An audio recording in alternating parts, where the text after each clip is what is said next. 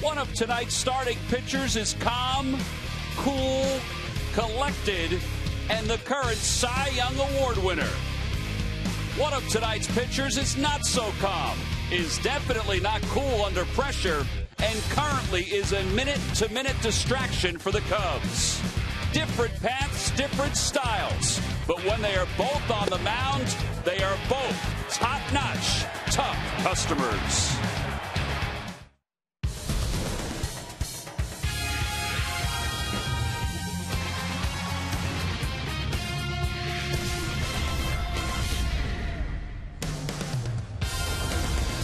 When you are the #1 pitcher on one team, there's a pretty good chance you're going to face the #1 on the other team. Tonight, that's the storyline as the Phillies and the Cubs get together for Game 2 of a 4-game series. Hi, everybody. I'm Tom McCarthy, along with Chris Wheeler. Sarge will be along in just a little while. Roy Halladay is used to facing #1s. Carlos Zambrano, he's used to facing #1s. So with all that said, we got a pretty good pitching matchup tonight. Oh, outstanding pitching matchup tonight with these two guys. And they're very, very different pitchers, too, especially as far as their temperament goes. Carlos Zambrano is volatile, to say the least. There's one of his, well, not infrequent dugout scenes. And then he's a really good hitter, but he didn't like that swing and a miss right there, so he snaps the bat right over his thigh. He is really strong. Now, responding to a question about manager Mike Quaddy about not being fond of breaking a bat over his leg. What manager? That really doesn't go over real well with your manager, I wouldn't think. And then we play like a AAA team. This is embarrassing. Embarrassing for the team and owners. Embarrassing for the fans. We stink. That was after the game on Sunday in St. Louis. But one thing about Zambrano, even with the arm trouble that he's had, and you watch him now, he slings the ball a lot more than he used to. He still competes. A great sinker, slider. He'll throw a split, and he has a changeup. He doesn't sink the ball quite the way that he used to, nor does he throw as hard as he used to because of the way that he slings it. But this guy is really some kind of good pitcher. He has been a Cubby his whole career. They signed him to a long-term contract. Then he had physical problems. He had some emotional problems he had to go away for a while. He can snap in a second. He's probably a little better than he used to be, but if they make errors behind him or things don't go his way, he can go south in a hurry, and you kind of hope that happens sometimes. Yeah, he was kind of moving north last year. In fact, his last 8 decisions, all wins as he finally reestablished himself as a starting pitcher. Well, no doubt Roy Halladay has established himself as arguably the best pitcher in the National League. And a slightly different temperament out there on the mound. Roy Halladay, you know, he shows very little emotion. Once in a while he'll get ticked off at an umpire or a pitch that he throws, but he just goes out there and grinds pitch after pitch. This is the game in that incredible heat on Sunday in Pittsburgh, and he pitched a solid 7 innings. He had everything working for him, and he contributed in other ways in this game too. He got a base hit, he got a walk. He scores a run right here. He said he hadn't slid since he was in high school. This is a pretty nice little fall-away job right there to stay away from the tag by the catcher. Roy Halladay just having another tremendous season, being Roy Halladay. 333 Major League starts. The numbers on him just outstanding. And you just, Tom, every time this guy goes out to the mound, you just expect him to be good, and he is. You figure the last 9 starts he has made, he has gone at least 7 innings. That is durable. So it's Roy Halladay against Carlos Zambrano. Jimmy Rollins back in the lineup tonight. He was the only offense for the Phillies last night. Meanwhile, Tyler Colvin, Giovanni Soto, they were part of the offense for the Cubs. Lineups and first pitch when we return.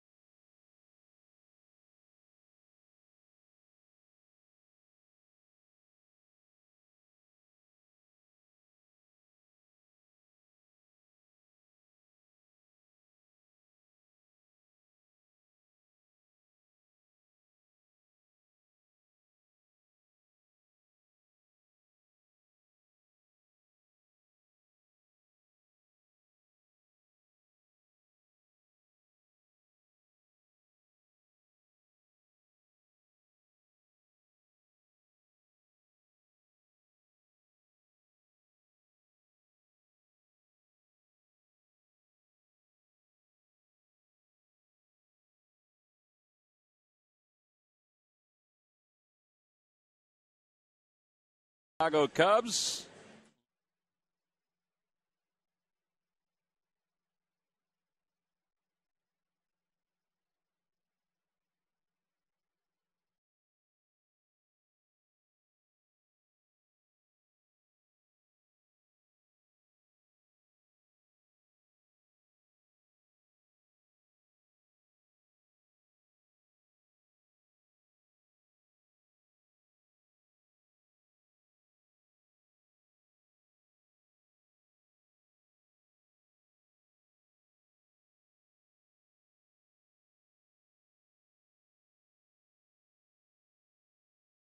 Phillies, now they get set for game number 2 against the Cubs. Let's take a look at the Cubs starting lineup, brought to you by Xfinity, only from Comcast. Leading it off in right field, Kosuke Fukudome, then Darwin Barney and Starlin Castro. Carlos Pena's the cleanup batter. Aramis Ramirez hits 5th.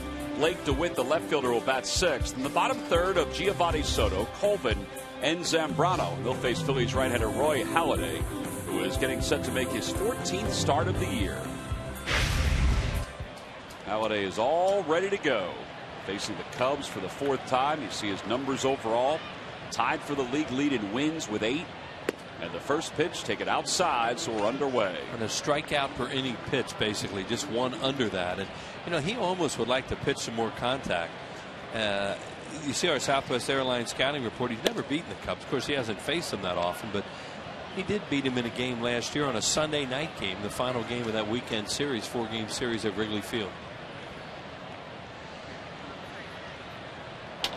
2 balls and no strikes the count to Fukudome, who's a .299 hitter. Now time is called. I mean, about pitching to more contact. You know, he just hit, this guy and Lee just throws so many pitches every game. They've been striking out a lot more batters.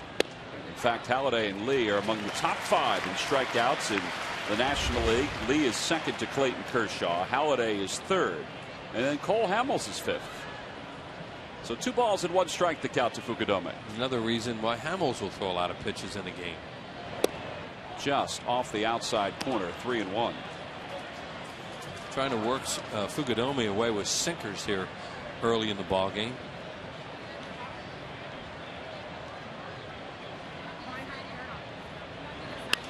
Foul ball. Well, Roy Halladay has a lot of wins in his major league career, 177 to go along with 89 losses. There are 3 teams he hasn't beaten. The Cubs are one of them, the Giants and the Phillies. Base hit to left field for Fukudome, so he's aboard to start the first. One of those games he pitched out of the bullpen against the Phillies on a Sunday afternoon after a long rain delay. That the Blue Jays won, but he got a save. Yeah, he was just remarkable that day. Yeah. I think he got a save. I know he finished the game. Oh, he's given up a leadoff single here in the first. Now Darwin Barney's the hitter. Barney overall hitting .297. You see what he's done in his last 9 at bats. And Fukudome, who has just stolen 1 base so far this year, takes his lead off first. Phillies look to turn 2, and the count 1 ball and no strikes.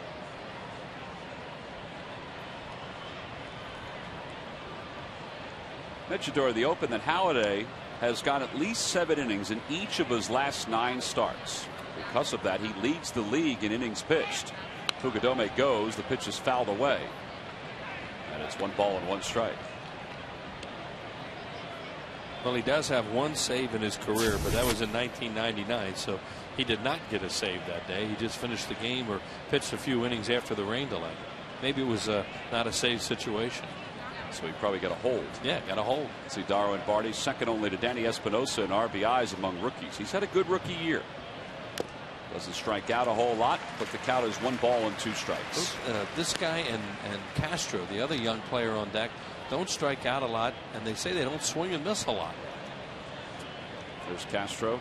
He's hitting 3rd tonight. Barney is second in RBIs among rookies, but he's 1st in average. The 1-2 pitch. Got him. Went after a changeup, and he's down on strikes. 1 away here in the first.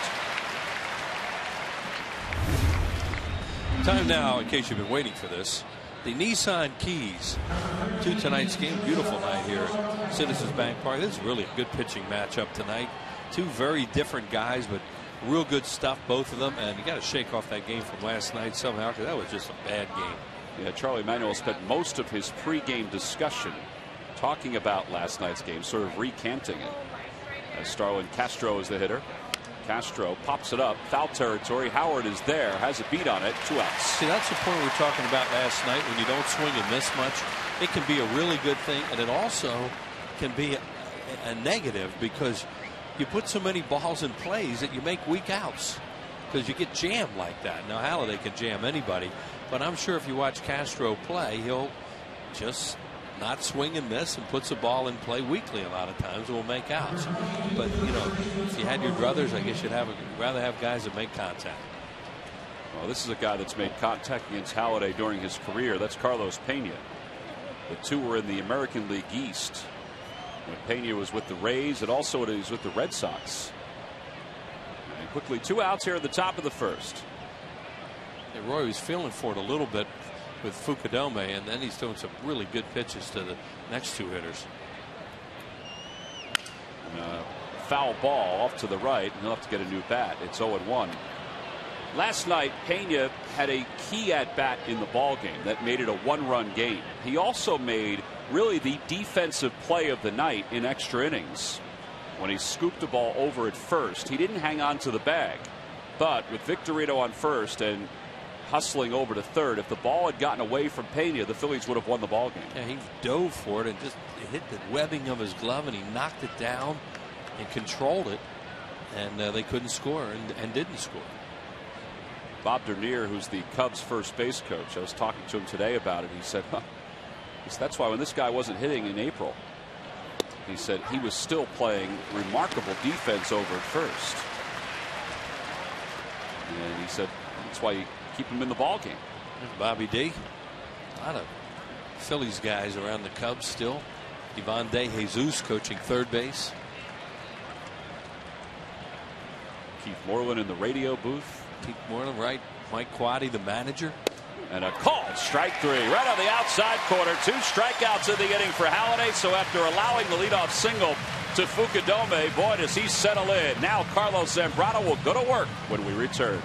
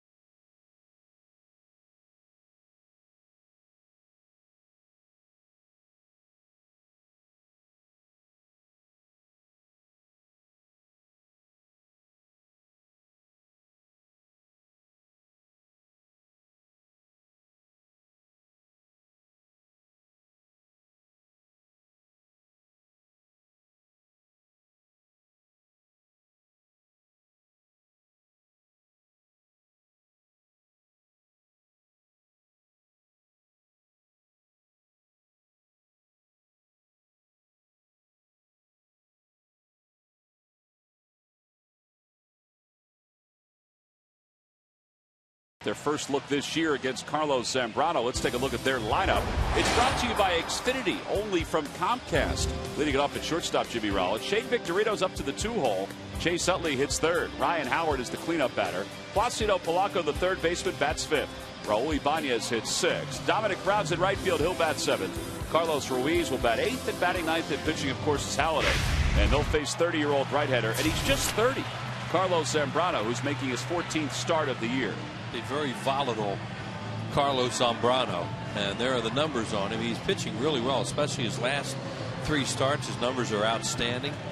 He's been up and down in games against the Phillies. Can be a very tough customer, and you never know what's going to happen with this guy. Here's the Southwest Airlines scouting report on him. That fastball is a sinker.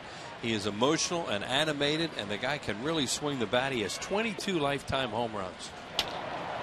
Delivers a pitch outside to Rollins, and Rollins' first at bat of the night.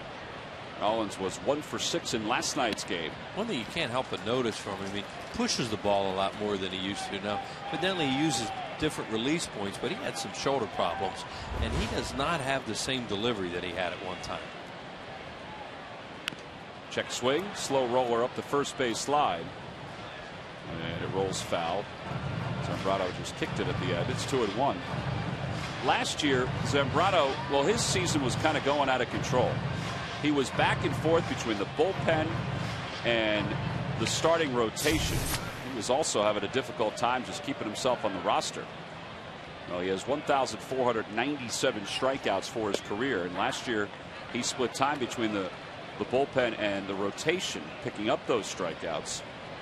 But then settled back into the rotation in the second half of the year and wound up winning 8 games without a loss at the end of the season.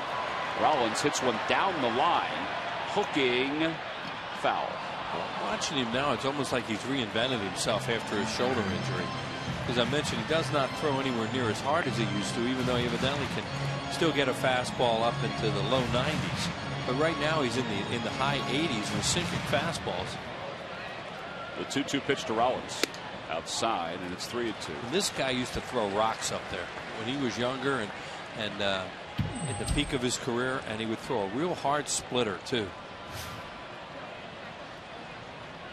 Outside, ball 4, and Rollins is aboard to start the ball game for the Phillies. See, that was just a strange sequence. He had 2-2 on him, then he went splitter to go 3-2, and then he threw a slopped up breaking ball and missed with it.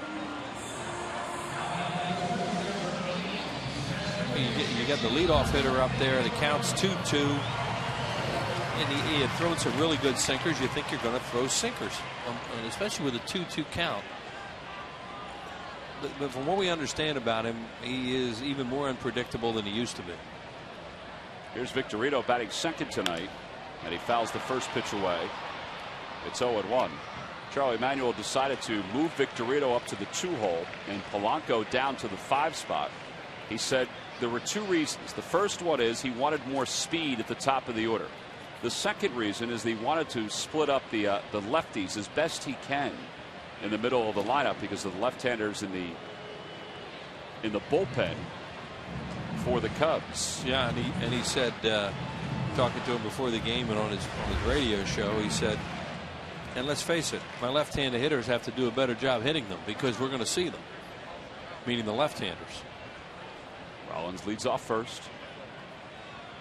Zambrano will throw double play balls. That ball's back toward the middle, a base hit. Rollins around second, heading to third. He should get there and will. And the Phillies have first and third with nobody out here in the bottom of the first. That's nice to see, a good first to third there by Jimmy Rollins, running the bases correctly, and just under the glove it looked like a Barney. They were playing up the middle, but not quite enough. The ball was hit pretty hard too. See where he is in double play depth, and he dives and can't get there. And Jimmy Rollins read it well off the bat. See right there, he has a play right in front of him. He knows the center fielder Colvin's playing towards left center. No reason not to be at third base on that play. So Rollins will take his lead off third. Victorino off first. Here's Utley, who was 1 for 5 with a walk in yesterday's game. And he takes high, 1 ball, no strikes. Phillies just need to throw an inning on somebody early once in a while too, to give their pitchers some breathing room, make the games a little bit easier. Every game, it seems like, is just a pitch by pitch game where everything's so important.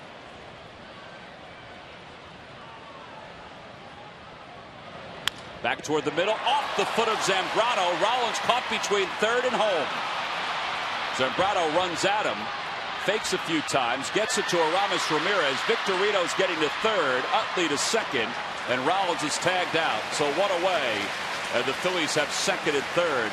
That was kind of a bad break for the Phillies because the ball hit the foot of Zambrano. And what you're trying to do is make sure there's no double play involved and you get frozen at third base here.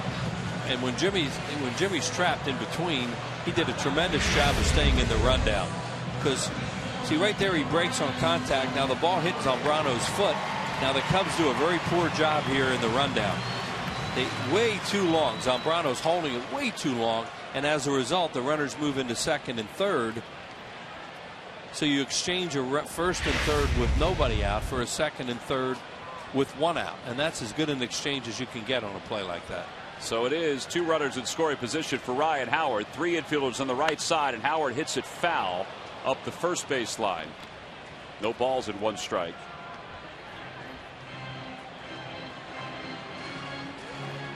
There's Rollins talking to Pete McCannon and Charlie Manuel about that play. The unlucky part of that for the Phillies is that it was going back toward the middle and it hit Zambrano's foot. Grounded to first. That'll get a run home. Pena will take it to the bag himself. An RBI for Howard.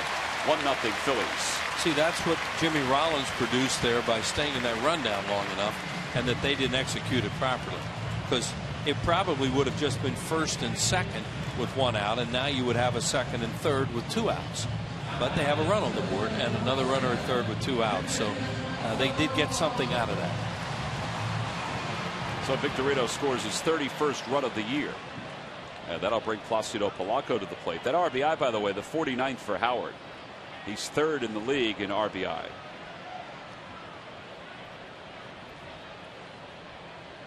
Polanco takes at the knees. No balls and 1 strike. Paulie's numbers against Zambrano, 2 for 13 against him with a double and a triple.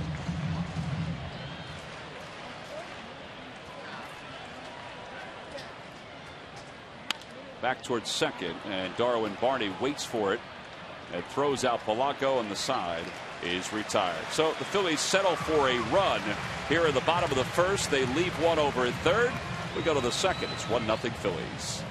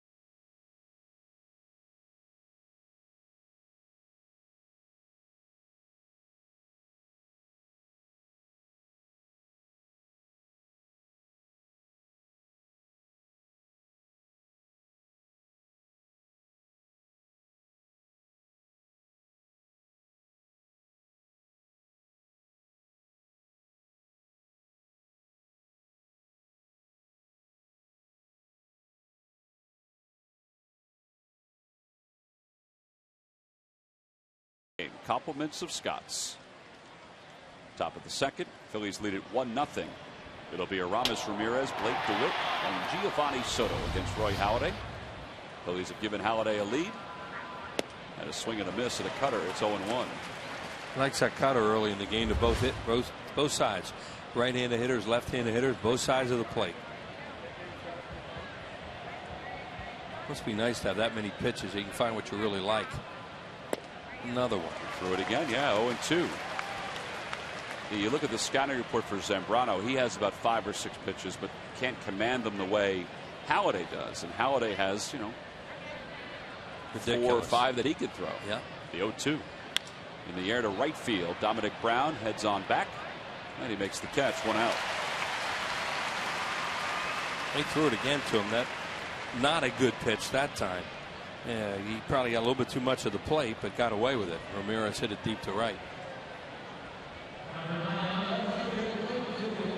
With 1 away, that'll bring Blake DeWitt to the plate. DeWitt, during the early part of June, hitting over 300. Overall, 291, a home run, 6 RBIs.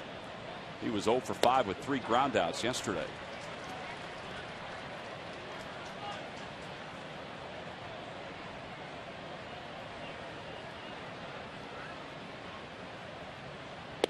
Change up, strike 2, and it's no balls and 2 strikes. He hasn't thrown a curveball yet. Sinkers, cutters, change ups, no hooks. And it's just another thing that he can fire up there once in a while, get in their mind. He will. And a fastball called strike 3 right on the outside corner at the knees. That's 3 strikeouts. He really is throwing the cutter effectively here early in this ball game. And as a result, he's staying with it.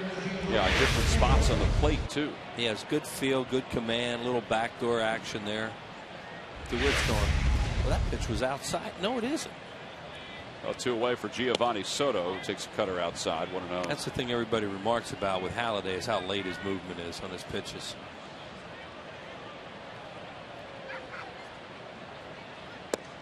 I don't know if he said something or not, but Gary Cedarstrom just put his hands out like his palms up after that first pitch was called a ball. Well, it's early in the game. This one he's usually working the umpire. Low, 2 balls, 1 strike. Halladay will just say he just wants to know what the zone's going to be, and he'll try to hit it.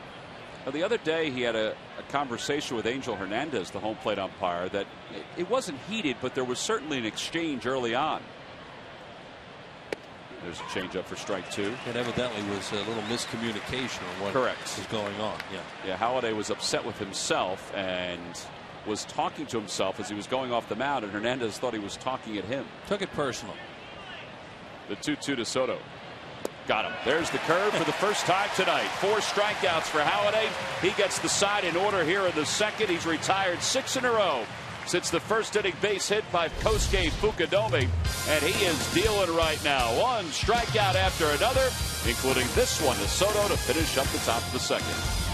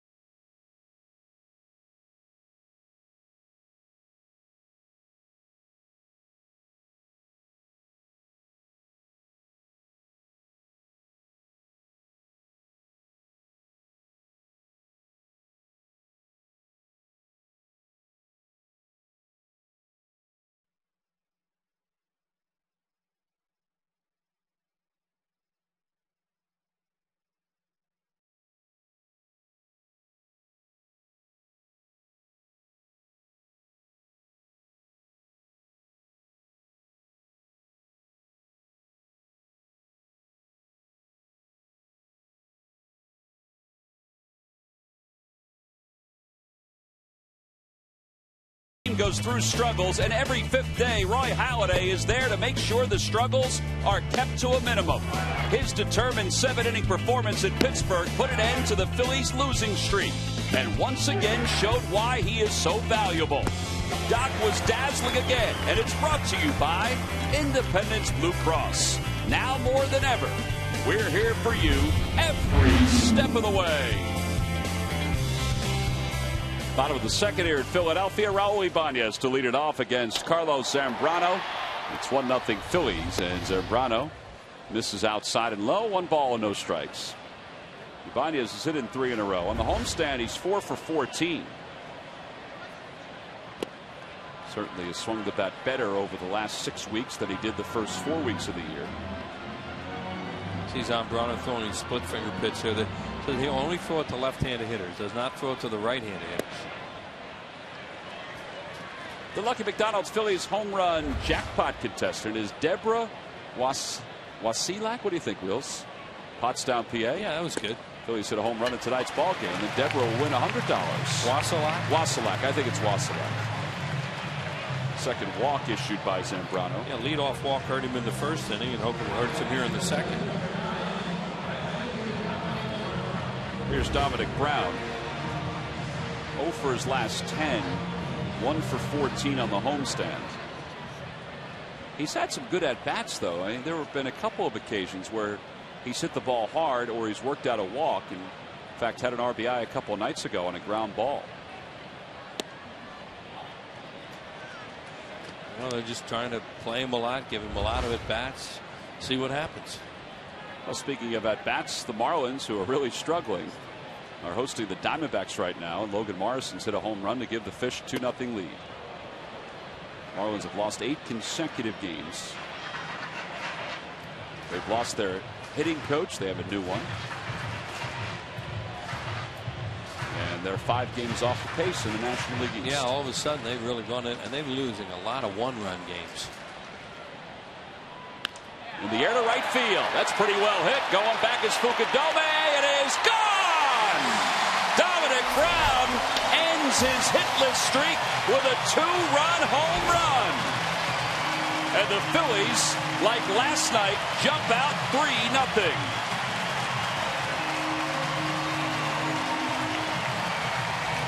You know, he just swung and missed at a high fastball that was way outside. It looked like they tried to come back with the same pitch, and they missed their spot big time. It was a fastball up and in a little bit, and he tomahawked it out of the ballpark. You see Zambrano right there, because he knows that was a mistake on his part. He can't blame anybody else for that one. He just got the thing in a spot, and Brown hit it out. 7th home run he's allowed, and I may be butchering her name, but she's happy. She's won $100. That's Deborah Wasilak of Pottstown, Pennsylvania. Compliments of the McDonald's home run jackpot. Just so they spell it right on the check, it really doesn't matter. Here's Ruiz. Carlos hitting .246 with a couple homers, 12 RBIs. And it's 1 ball and 1 strike. Well, Zambrano was intentionally trying to go up there. It almost looked like it, especially after the pitch before that was a high fastball. Reading some of the stories about Zambrano's outburst, which was directed toward Carlos Marmol and a couple of others last week. You know, some fans in Chicago were happy about it. Some were not, but the ones that weren't happy about it, as Ruiz is down looking, said, well, it's time for him to back it up, and well, he's trailing at 3-0 here in the second. That's why you have to be careful sometimes when you call your teammates out, because you do eventually have to go back out on the field. Well, if you call your teammates out too, you ought to do it to them. That's it. That stuff stays inside, in my opinion. You know, it has no place in the media.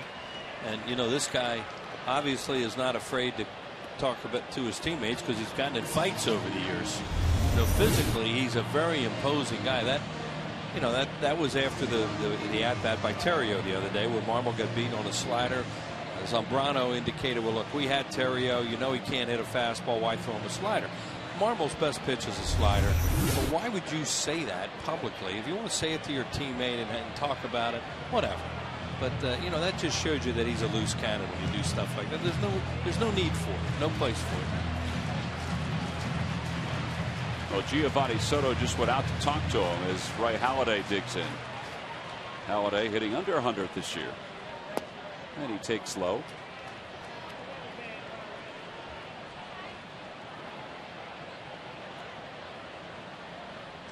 He may be hitting under 100, but he had a big at bat in the game against the Pirates, and also a big run scored in his outing. Yeah, he had a walk and a hit in that game, and you said Tom scored a big run and slid. Said it's the first time he had slid in a game since he was in high school, and it was a good slide up the third base line, and it's a foul ball, 2-2. It's one of those games where the other guy has the better hitting pitcher. Well, that would be most games when Zambrano's on the mound. I would say every game that he's on the mound. And he's a switch hitter.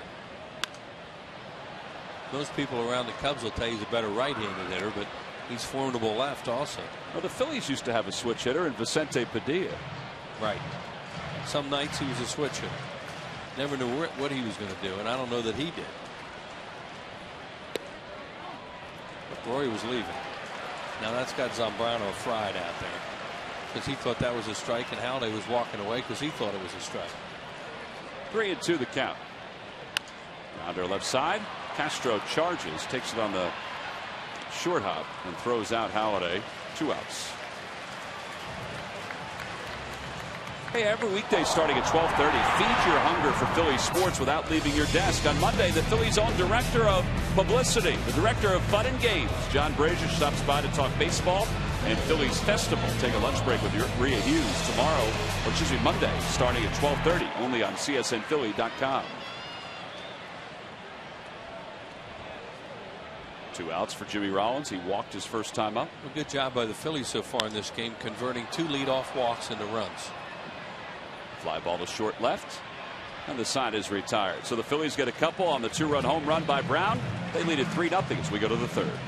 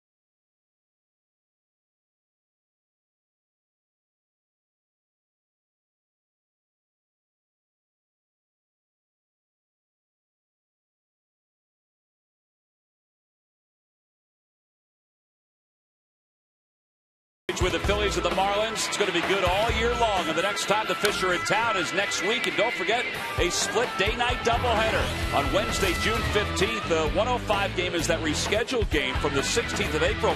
If you're looking to get some good seats here at the ballpark, that's a great opportunity to do so. Go to Phillies.com to purchase your tickets, not only for that 105 game, but also the 705 game. And again, some folks have tickets already for that ball game. It's game 8 on your ticket stub, but there are some seats still available. Because remember, when that game was rained out on the 16th, some folks exchanged the 16th for games later on this year. So that opens up some pretty good seats here at the ballpark. Tyler Colvin will lead it off for the Cubs. Colvin is hitting 106, but had 2 pretty big at-bats in last night's game. Yeah, he picked a real good time for the Cubs for him to end that long over he had. He hit that home run, which was then turned into a double on the appeal. And then he singled in the 11th and wound up scoring on the error by Placido Polanco. He used his speed in the 11th to score that run. 2-0 pitch coming to Colvin. Low, 3-0. Yeah, it's not like the next guy is going to come up as a pitcher and bunt him over either. So, you don't want to walk the 8-hole hitter ever, especially with a lead. But with Zambrano on deck, it's really important not to do that.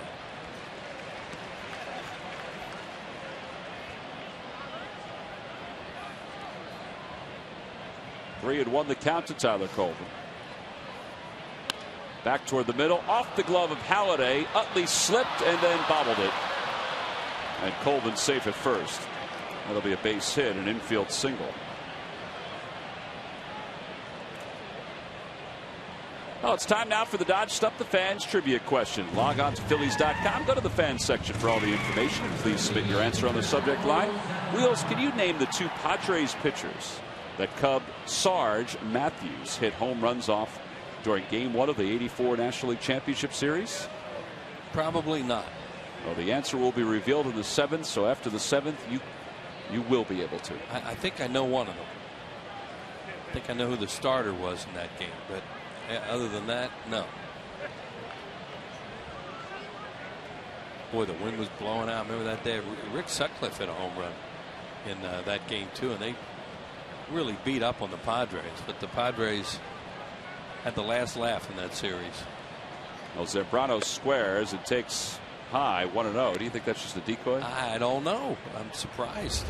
And I really thought they'd let him swing away here. That they, they're not going to bunt for, to get a runner to scoring position for the top of the order like most teams do, because that's the play with a pitcher up. Overall hitting .321 this year. And he takes on the outside corner. 1 ball, 1 strike. Zambrano, you saw that note, has 22 lifetime home runs. He has the best average among National League pitchers this year with a minimum of 15 at bats. Jay Happ is second. And he bunts, foul. Doesn't look like he really wants to bunt, does he? Well, he has 35 career sacrifices, 2 this year. But you're right, it looks like he's hoping that with 1 and 2 on the board, he'll get a chance to swing away. Well, you have a feeling they're going to let him go now.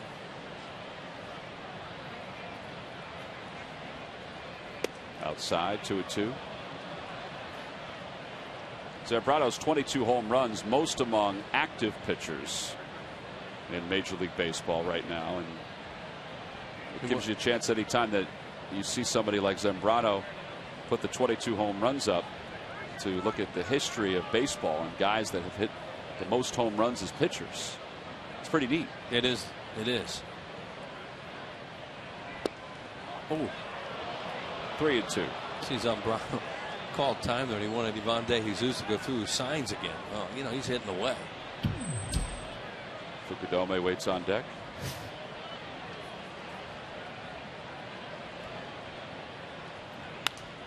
Fouls it away. Wes Farrell hit 38 home runs from 1927 to 41. And that's the most for a quote-unquote pitcher. Now, Babe Ruth obviously hit a lot of home runs, but not all of them were as a pitcher. Red Ruffing hit 36. Bob Lemon hit 37 in his career. And a swing and a miss. 5 strikeouts for Halladay. That was a changeup. Yeah, I'm going to throw him a changeup there. That's a lot of respect for Zambrano. Warren Spahn had 35 home runs. Earl Wilson had 35 home runs. How do you think about that? That's a lot of home runs for pitchers. Well, Warren Spahn, the all-time winningest left-hander in baseball history, and also hit 35 home runs, and was late, like what, 25, 26 game. I don't know whether Zambrano missed a sign there or not, but you could see him over there with being introduced to his manager. Another one of his quotes.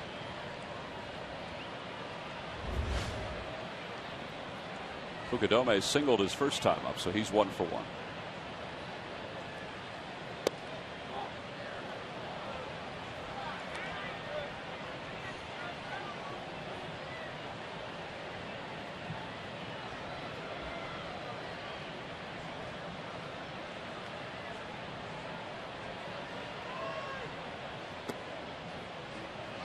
That ball got away from Ruiz. His throw to second, not in time. Colvin broke late because Ruiz, I don't think, realized the ball had trickled away from him. That was a really good base running by Colvin, but of course he has to make that. They're down by 3 runs, and the top of the order up, you get thrown out there, you want to go the other end of the dugout. That's the second pass ball of this homestand for Ruiz. Yeah, he just got a little careless here. It was a changeup, and as you said, he thought he had it, and then Colvin read it very well that it scored it far enough away that he could get to second base. The guy runs well. There's a strike, and it's 2-1 to Fukudome.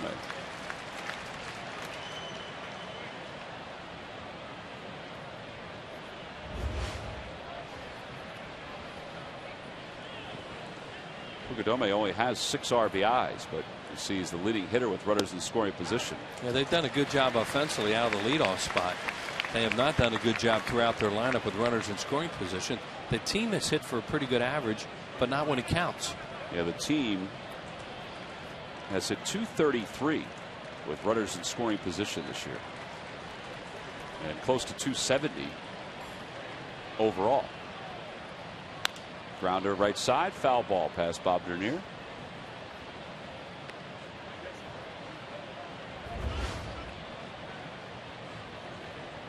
You see the Cubs with not only Fukudome but also Starlin Castro, who was leading off earlier this year. 329 average, which is the best in baseball.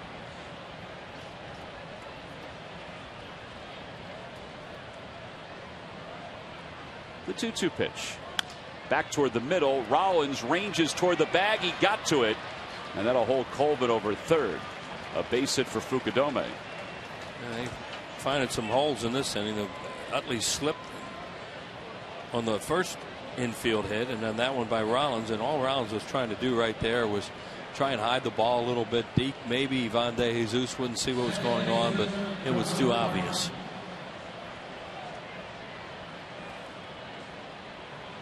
Darwood Barney struck out his first time up.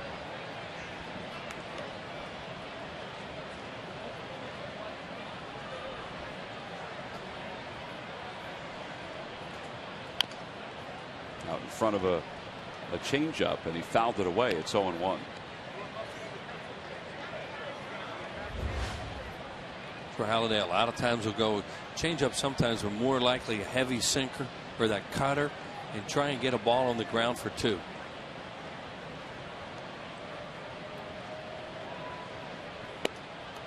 That time he kind of overpowered Barney. After throwing the changeup, he throws a 93-mile-an-hour fastball. I'm surprised this guy doesn't strike out more or make less contact, because he has a big swing. But who has a bigger swing than Pedroia in Boston? And he went for a long time without striking out much. Ooh. Missed the corner. Good pitch, though, after going away from him. Try to get him out inside, and it's inside. It missed.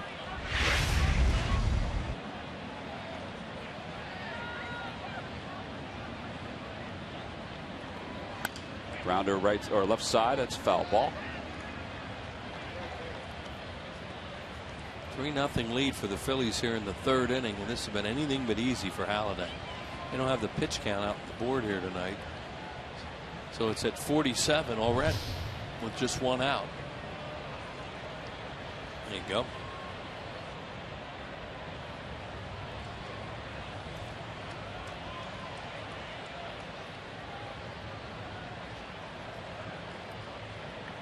He didn't like what they called there and just decided to go through the signs again.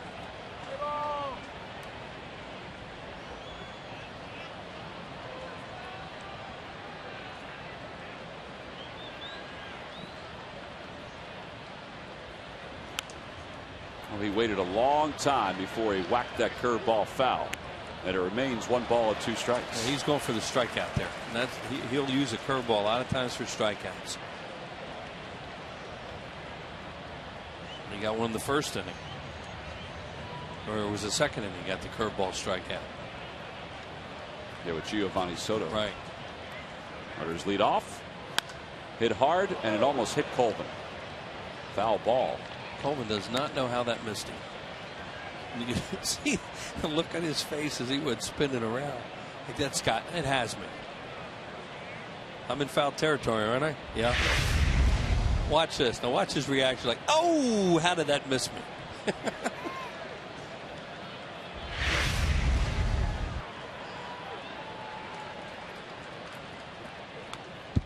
Well, he's fouling off a couple of tough pitches here, and it remains 1-2. Well, that's the point about him. We've heard a lot that he does not swing and miss that much, and that's what he's doing right now. He's giving Halladay a big-time battle.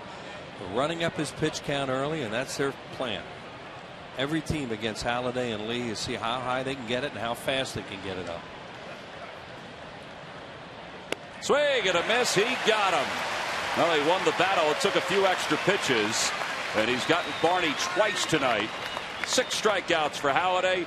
He has 103 on the season. That looked like a cutter, too. He tried everything with him. The kid kept fouling pitches off. Yep, cutter. Little late break there away. And you see Barney like, oh, you don't see many pitches move like that. Thought I had him. Get in line. That'll bring Starlin Castro to the plate. Castro popped out to foul territory his first time up. They really went into his kitchen.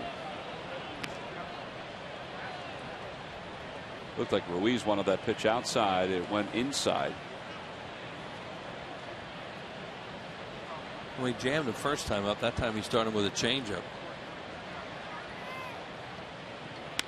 Fly ball, shallow right center field. Victorino is over into the alley. He's there, makes the catch, and the side is retired. So the Cubs threaten. They get a couple of infield hits, but they do not score. Middle of the third here in Philadelphia. The Phillies on top 3-0.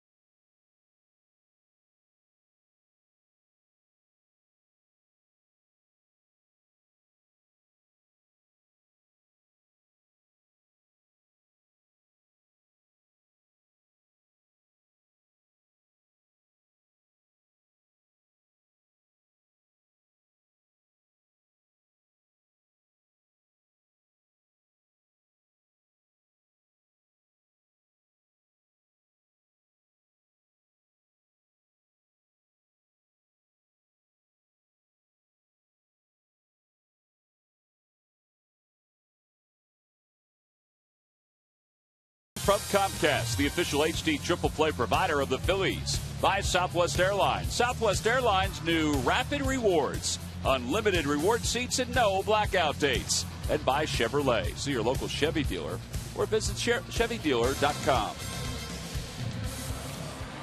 Another sellout here at Citizens Bank Park. Cubs and the Phillies will play 2 more games this weekend. Tomorrow afternoon and Sunday afternoon. Then the Marlins come into town for 4 games.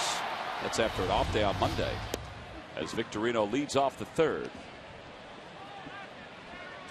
Oh, in the first inning, the move of Victorino up to the 2-hole paid off for Charlie Manuel and the Phillies.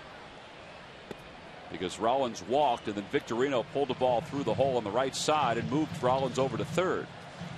And then Shade eventually came around to score.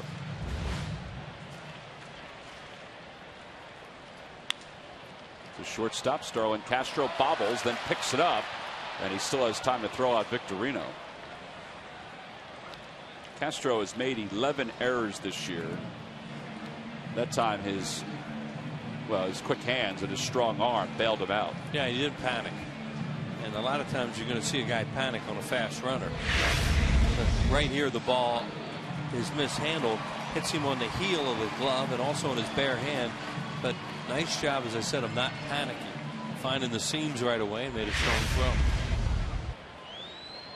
Cubs as a team have been one of the worst fielding teams in the National League. Been one of their issues. Well, this guy on the mound, you don't want to make a lot of errors behind him. And he'll show his displeasure.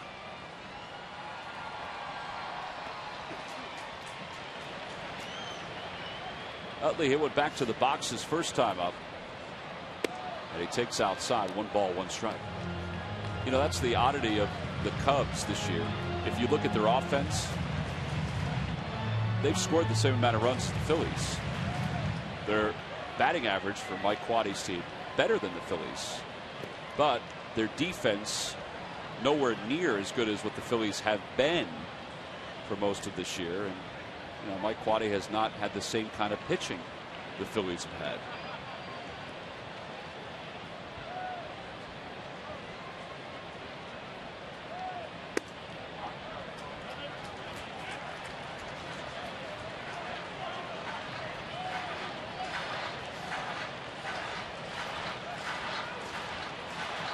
Ryan Dempster to your left. Matt Garza to your right. We'll see Garza in this series. A strike to Utley, and it's 3-2.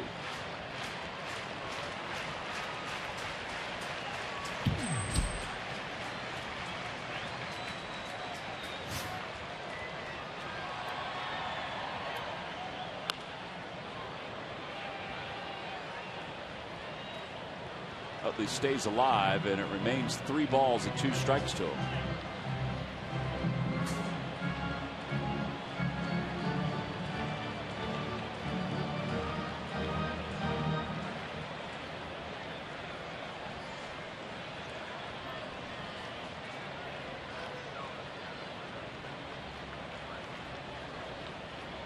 Zambrano likes to work fast.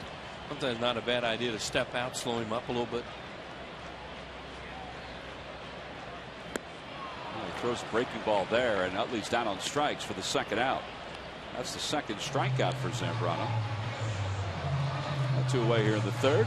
Hey, follow the Phillies with the MLB.com @BAT11 app for your iPhone, iPad, Android, or BlackBerry. Get live audio, pitch-by-pitch tracking, video highlights, and more. Text @BAT to 31826. Then go to Phillies.com for more information. 2 gone. Ryan Howard's the hitter. Howard picked up an RBI his first time up on a ground out. Even with all his struggles this year offensively, and Howard has struggled at times, he still is one RBI away from 50, well before the midway point of the season. You'd really love to see him start hitting the ball the other way a little bit more, and maybe getting more chances for RBIs. Well, that guy hitting that 4 spot is going to have the most opportunities. Yep. Statistically, at 3 and 4. And the 5-hole hitter also has spots too if the other guys aren't picking them up. Well, you hit 4 in a lineup for a reason, and that's you're supposed to knock in runs. 2-1 count. Swing and a miss out in front. 2-2. That's that splitter it looked like. Fanatic hard at work. Somebody needs a little polishing. Always willing to oblige. We're making Zambrano throw a lot of pitches too.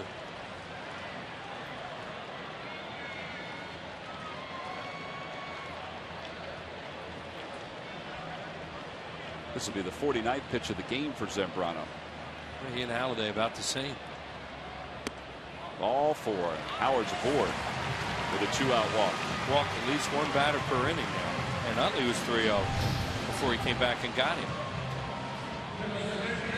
There it is. There are the splits. His splits aren't as good as Halladay's. So 3 walks for Zambrano. There's Polanco. Polanco just slipped out of the top 10 in hitting. It's partly because on this homestand he's 3 for 18.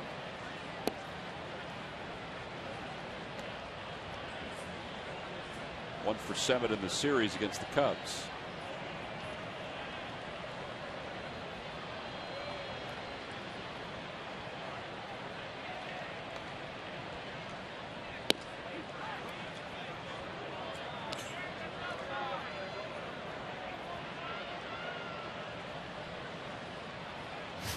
Gary Cedarstrom's the home plate umpire. He's the crew chief. Adrian Johnson over at first.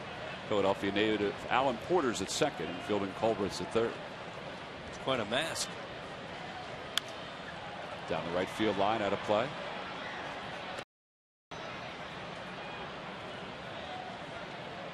See a whole lot of umpires use that style mask. That one's got some ventilation, though. Yeah, sure does. That style mask was first incorporated in Major League Baseball by Charlie O'Brien of the Toronto Blue Jays. I was actually at Sky Dome Wheels the night he unveiled it. Everybody, what is that? I know we're in Canada. It looks like a hockey goalie. Well, it was interesting because Charlie O'Brien was known as a very good defensive catcher during his big league career. And I was up in Toronto. It was a Yankee Blue Jays series, and most catchers up until that point had looked like Giovanni Soto and most umpires. Sure.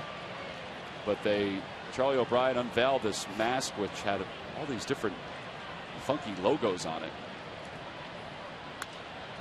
And since that time, a lot of umpires and a lot of catchers have gone to that mask. Yeah, the ventilation thing, evidently, it's pretty hot. And now at one time, they didn't even wear that hard cap, that the helmet that they have now. The catchers used to be there with a soft cap. That's hard to believe, isn't it? Hard to believe. Up high, 2-2. Heck, the hitters at one time, Richie Ashburn, for example, used to wear a little liner in his hat. He didn't wear a helmet. It wasn't mandated at that time. And, Whitey would just wear that liner inside the hat. Good thing now that they make them wear helmets. Keep them on the bases, too. They used to be able to, when they would get to the first base, be able to take the helmet off, put the soft cap back on. And now they make them wear the helmet on the bases. That's a good idea. Ear flaps are mandatory. Yeah, the minor leagues, they have to wear ear flaps on both sides. Howard will be off and running on this pitch. There he goes. And Polanco fouls it away. Well, out to Pittsburgh on the Toyota Major League scoreboard. The Mets have jumped out to a 3-1 lead over the Pirates. Angel Pagan, an RBI groundout.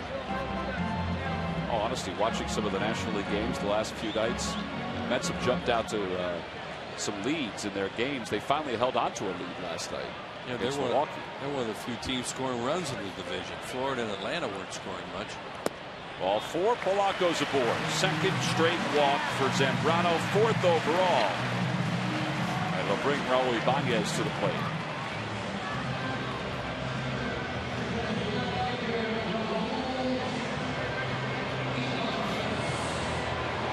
Ibanez walked and scored his first time up on the home run by Dominic Brown.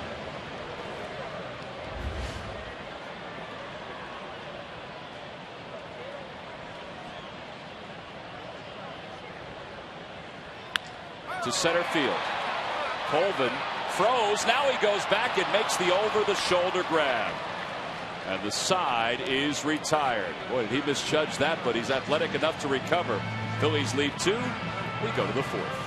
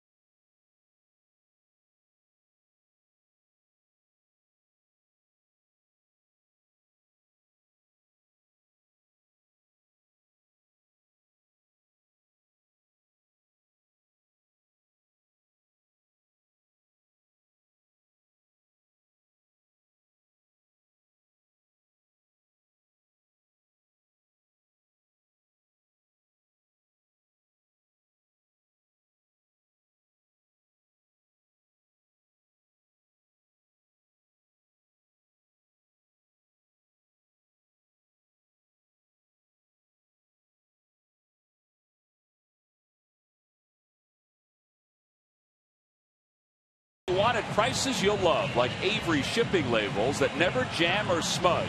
Who but WB Mason? Go to the top of the 4th here at Philadelphia. At this point last night, the clouds were darkening, the winds were whipping, and then we had an hour and 17-minute rain delay. Now, at least for now, still pretty nice here at the ballpark. Gary Matthews joins us here in the booth. And Roy Halladay goes back to work. Try to curveball to Pena, and he takes it outside.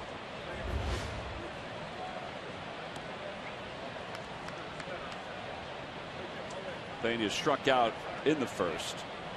One of 6 already for Halladay. Oh, he goes back with another curve, and that was better.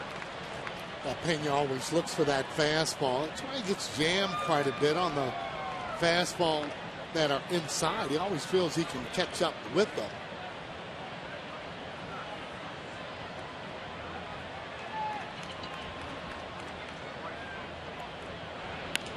Well, they go inside again. He fouls it up the first base line.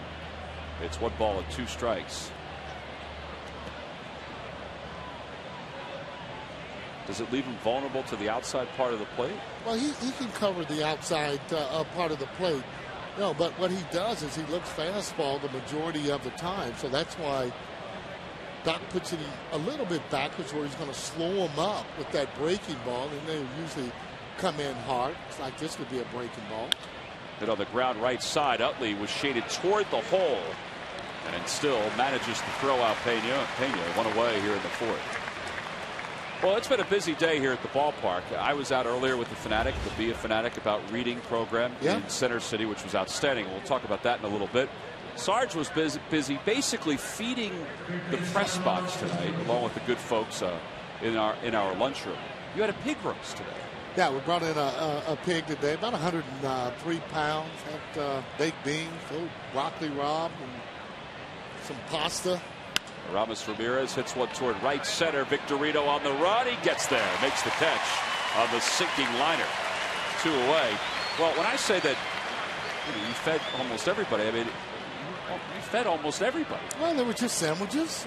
We did have, like I said, baked beans and things like just to change the pace a little bit. Maybe give us a little bit more luck up here. All right. Well, and you like to cook. Yeah. As a person, you like to cook. Oh, absolutely.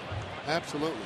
Cook just about anything, from lasagna to ribs to turkeys, you name it. Did you invite Bull? Because you know Bull cooks. Bull's busy signing autographs and selling those ribs where he is. Blake DeWitt takes a strike. 1 ball and 1 strike.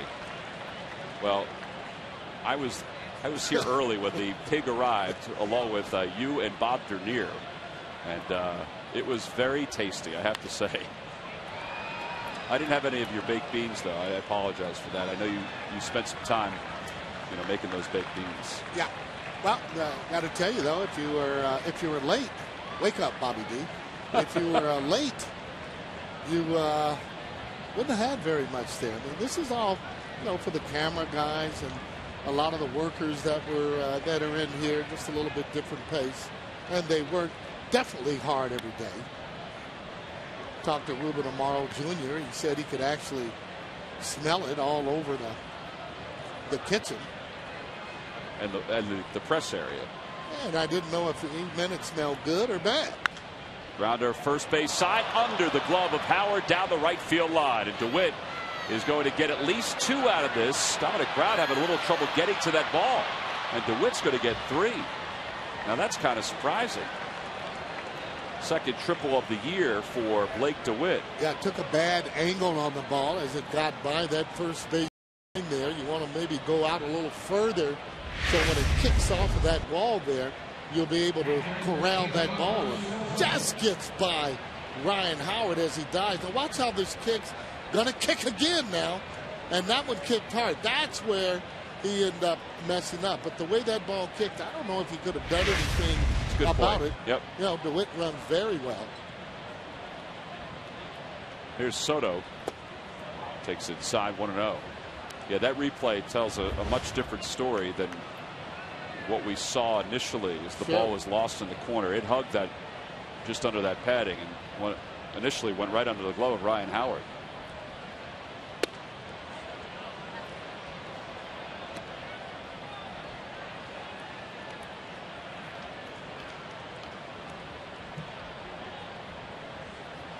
Halladay got Soto on strikes his first time up.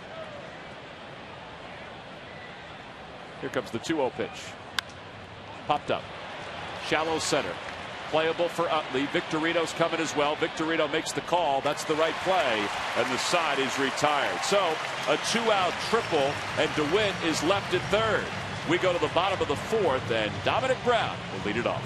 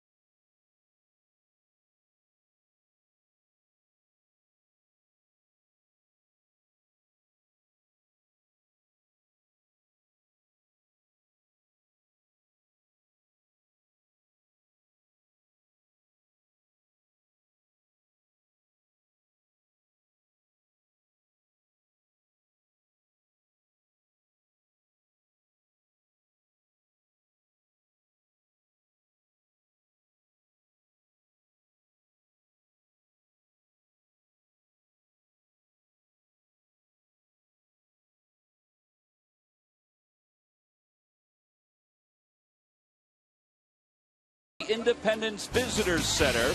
The Fanatic, in full garb, introduced his brand new book. It's the 9th in the series, wow, Sarge, and it was a great turnout. Ben Franklin, Betsy Ross read from the book, and there were a lot of youngsters who were all smiles as the Fanatic came in. Look at that outfit the Fanatics wear. Unbelievable. A really cool book, and Len Epstein is the illustrator, and Tom Burgoyne, the friend of the Fanatic, wrote the story about the Philly Fanatic going back in time. It's the Philly Fanatics Philadelphia story. Scott Palmer will have more on Behind the Pinstripes this Sunday. And tonight is Be a Fanatic About Reading Night at the ballpark, thanks to the good folks at Comcast. And all young fans received one of those books. Always nice to have, always nice to read. Oh, you do a lot of work here too, don't you? You're always out and promoting and doing different things. Well, we all can't spend our day making a pig roast. Yeah, well, actually, I did a lot of it last night, by the way, even though it was a little bit late. Curveball up high, 3-1. In all honesty, though, Sarge, that event today was really well done. Oh. And Tom Burgoyne, the friend of the Fanatic, should really be applauded for his work, and so should Len Epstein, who is the illustrator, who really, if you see the book, did a beautiful job. And the folks that put everything together earlier today, look, there's the book right there, Sarge. Right. A little version of it. 3-2 pitch to Brown. Grounder right side. Nice play by Barney. Can he set himself? He does. And it's dug out by Carlos Pena. That's a fine play by the Cubs to retire Dominic Brown. Well, they talk about Pena playing good defense all year long, saving those infielders from potential errors. Last night he made a great play too. Now watch how he does this. That's what I'm talking about with Ryan Howard. You got to use that one hand. Take a look at it. Almost knocked him over there. But when you use that one hand, it's a little bit more mobile as opposed to using two hands. Yeah, it's very rare that a first baseman is successful using two hands, Sarge. Is that correct? Well, it's hard. And looking at McCovey, the years that I was over there, he always used the one hand. 2-0 the count to Carlos Ruiz. Yeah, but you got to feel comfortable when you're doing that. And bottom line, obviously, is results. But you got a better chance catching those bad throws. Line drive, base hit for Ruiz.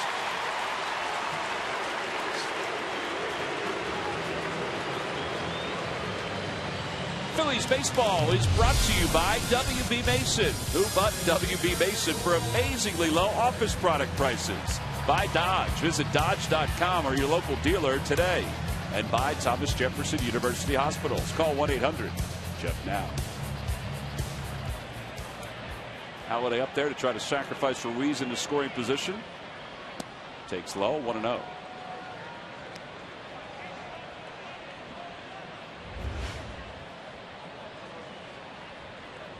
Halladay grounded out to Starlin Castro his first time up.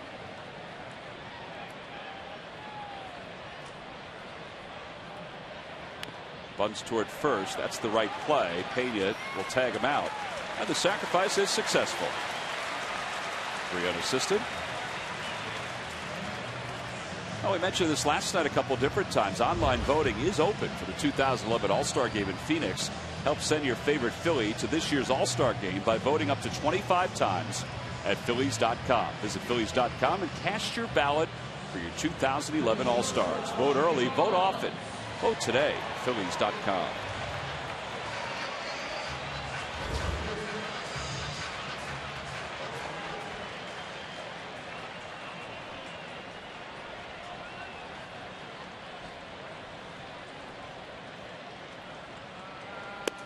Rollins takes a strike. He's 0 for 1.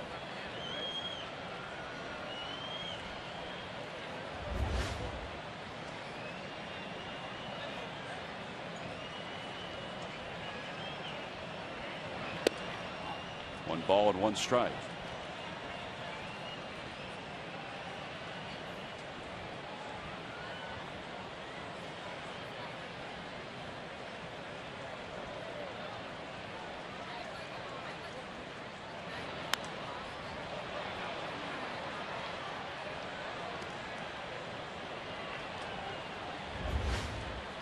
On the Toyota Major League scoreboard, the Braves have jumped out to a 1-0 lead over the Astros. Freddie Freeman, he's been pretty good with runners in scoring position this year. He picked up an RBI single for Atlanta. Just a matter of time before he continues to start to hit. That's Tim Hudson pitching for the Braves in that ball game.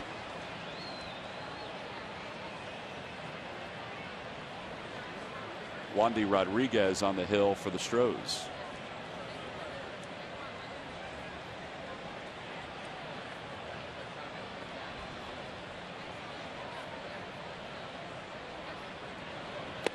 Rollins down on strikes. The side is retired. He may have gotten a piece of it, but Soto hung on to it. And Carlos Zambrano, he's looking for the baseball. Why? Because that's career strikeout number 1,500 for him as we go to the 5th.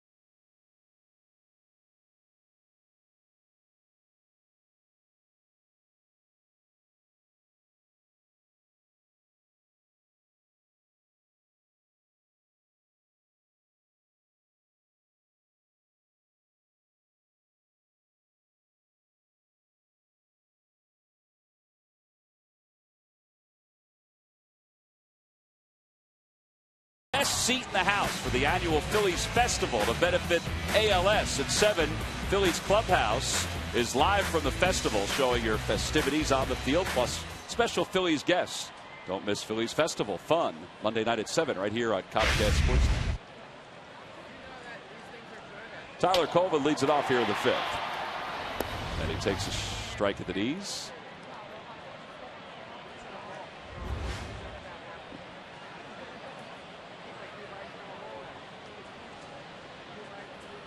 Outside, 1 ball, 1 strike.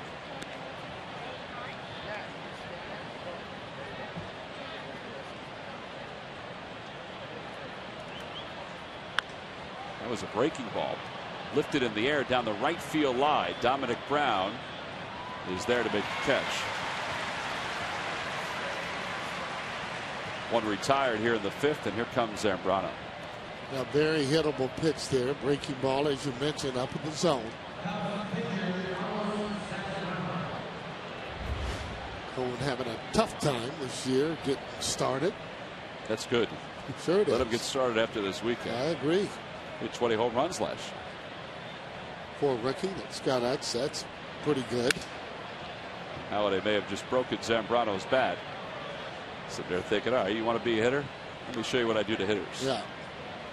Well, I got to tell you, he really feels that he is a hitter. I mean, a lot of times, when I was there as a hitting coach, you had him hitting with the extra man. He hit the ball so far out of the ballpark, I had guys coming up and asking if I would not put him in the group because he was showing everybody up. He could hit the ball a long way. That's off the glove of Polanco, picked up by Rollins. No chance to get Zambrano.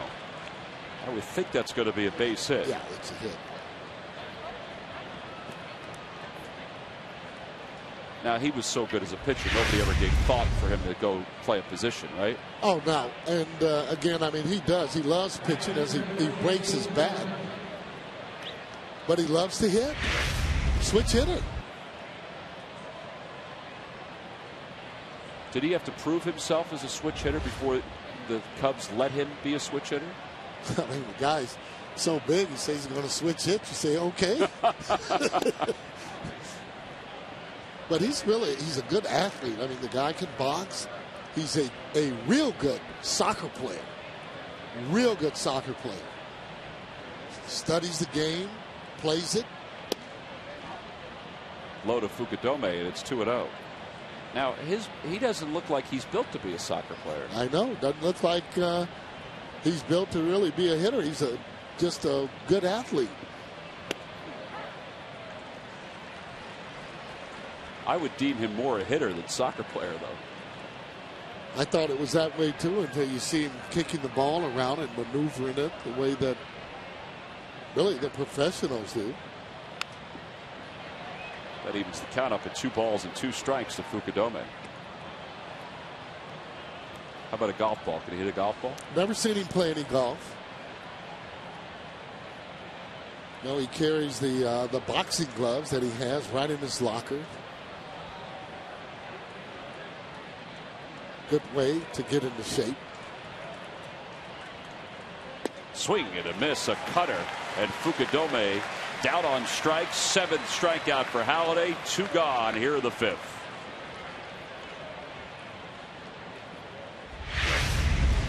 It's just filthy as that ball, he throws it in a good spot inside, then it keeps moving inside, and you're right, it was a cutter. You can tell by the movement.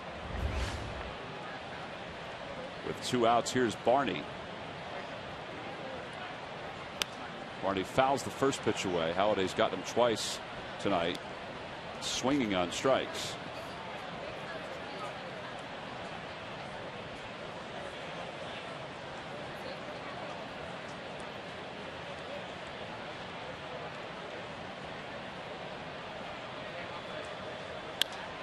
Fly ball right center field. Dominic Brown froze in his tracks initially, but he finds it. He makes the one-handed grab, and the side is retired. No runs, 1 hit, 1 man left. Halladay has left 5 through the first 5. We go to the bottom of the 5th with Victorino due to lead it off.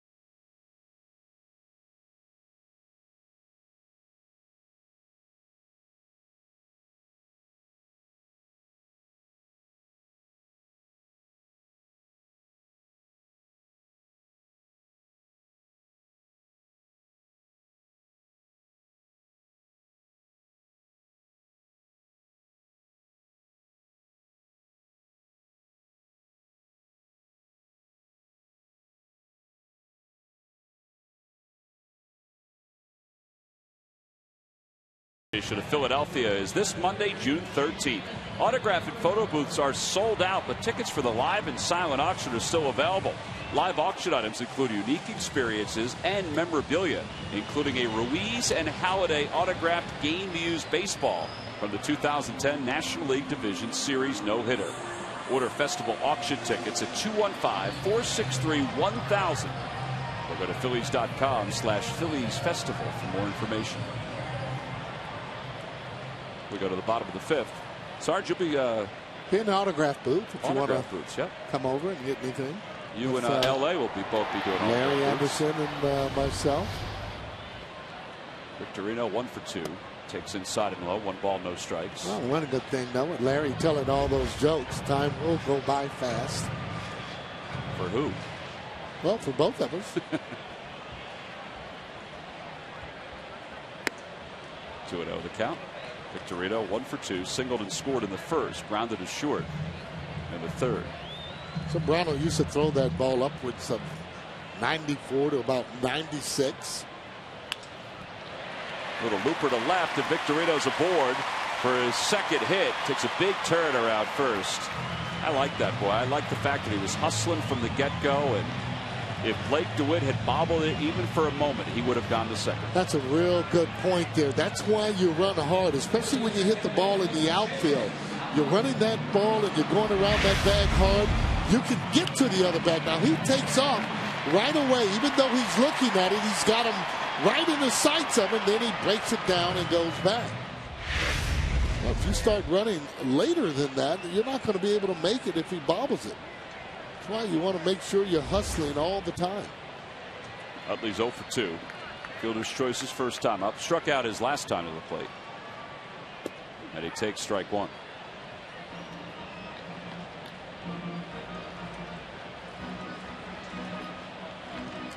Zambrano does have a slide step, which means he doesn't pick his foot up very far at times when he's in the stretch. You can run on him, however.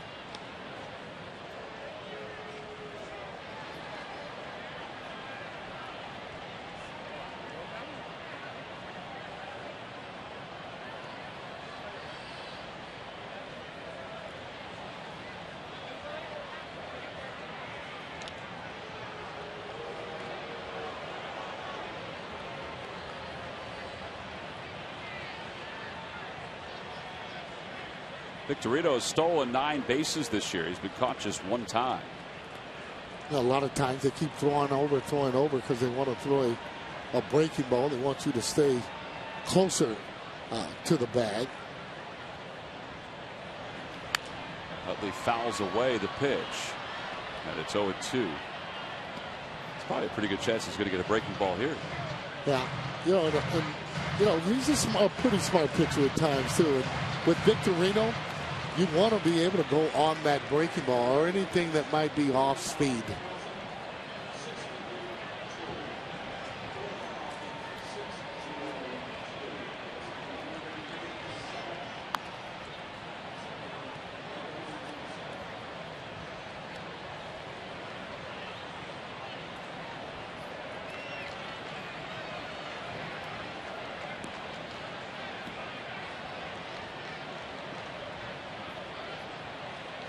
Victorino inches off first. Pena holds him on.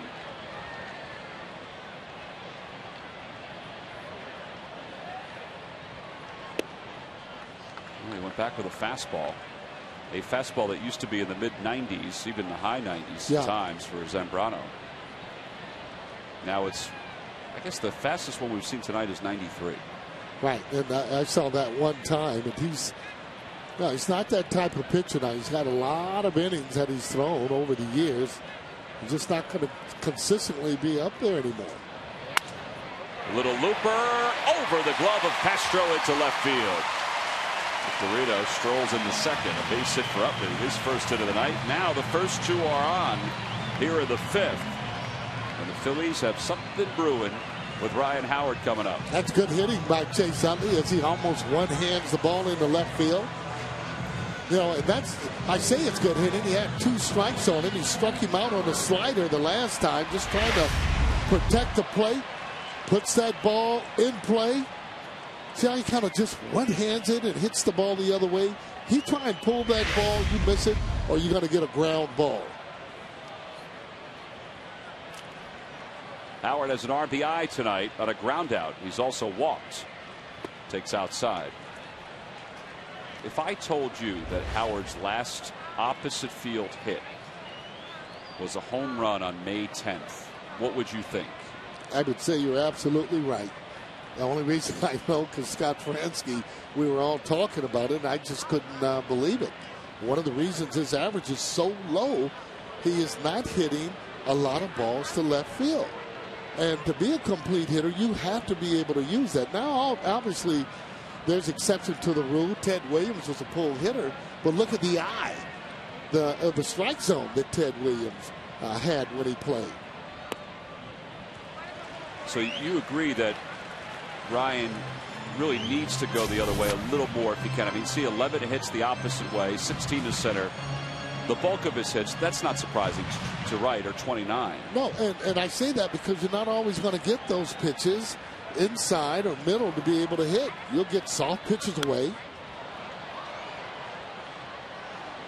But think about that, though, Sarge. You see 11 hits the opposite way, and he hasn't had one since a home run on the 10th of May, as we mentioned. So that means that the first 6 weeks or so, he had 10 hits the other way. Right. There you have it. Right. And you see that ball was out over the plate. Not really trying to hit it that way, but he's so strong. Even if he catches that ball, even late, he can hit it out the opposite way. 2-2 the count. Little bit too careful. He's just got to let it go. You know, he had him where he was 2-0. He fouled it off, but he was late. You know, this pitch, it's up high. He's trying to stay off of the low pitch. But that's, again, where I'm talking about knowing the strike zone. Big difference between 3-1 and 2-2.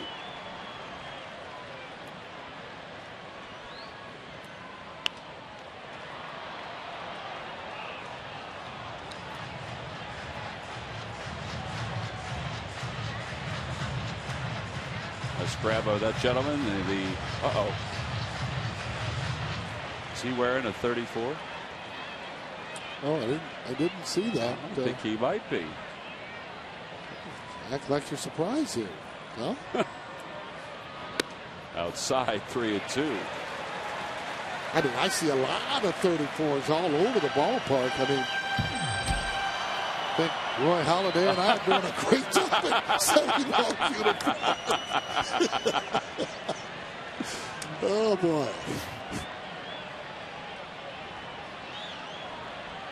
Nobody out. 3 balls, 2 strikes with Ryan Howard at the plate. And a curve, and he gets a piece of it.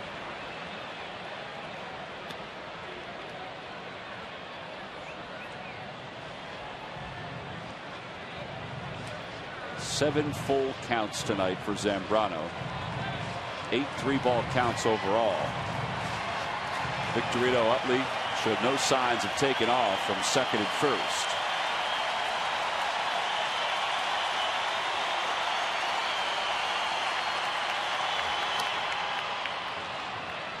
Nice play by Juan Samuel over third.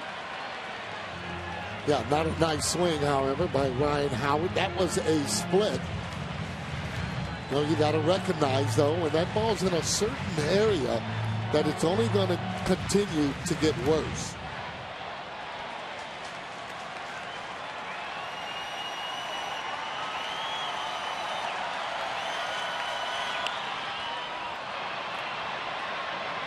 That should find the seats and will over the tarp.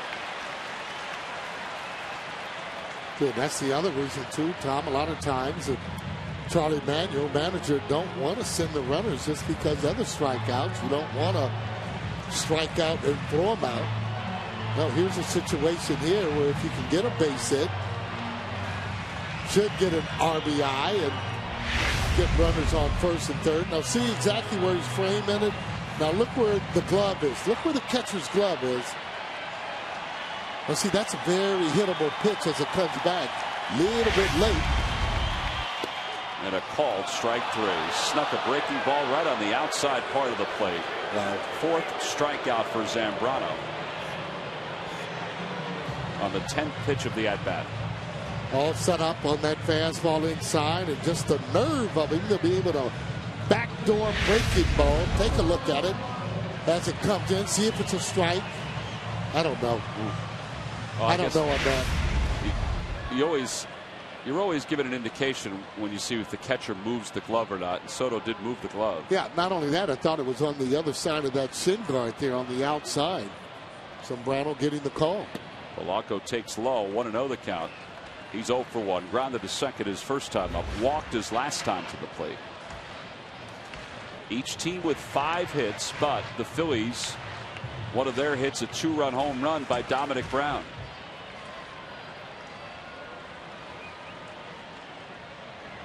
Back toward the middle. Ooh, nice play by Zambrano. Bad throw picked up by Barney, and he throws out Polanco at first.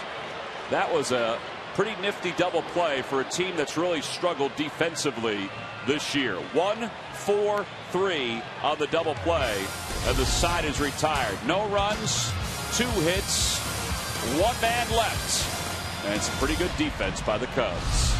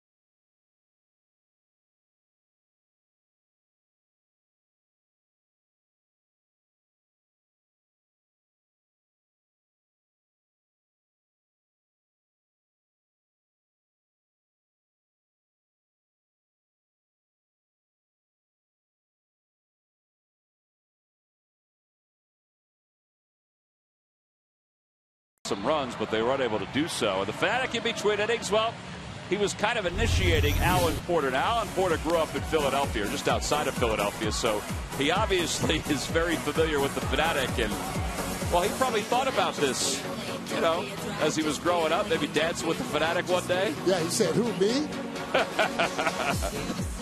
And he got into it. The crowd loved it, and I'm sure the Fanatic loved it, too.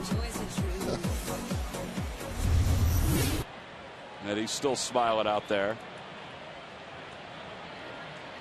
Now, Porter will have the plate on Sunday here at Citizens Bank Park.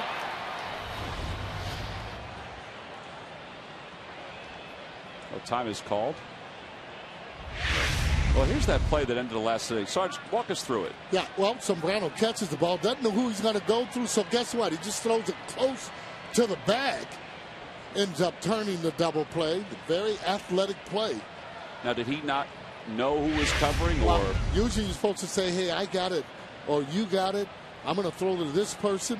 But he just turned around. He caught it so quick, threw to the bag, and got good results.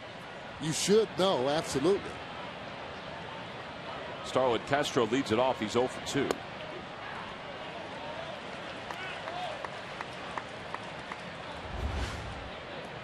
His average of .301. Got a little lightning in the background, Tom? I saw a flash. It was either some lightning or a really big camera.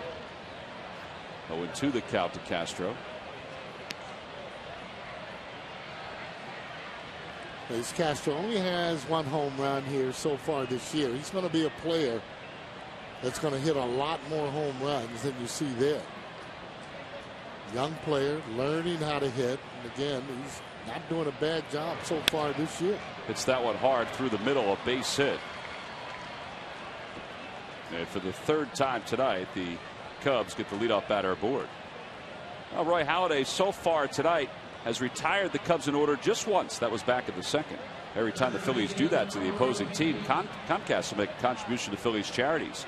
Phillies baseball is brought to you by the Xfinity HD Triple Play, your complete lineup for digital TV, lightning fast internet, and home phone.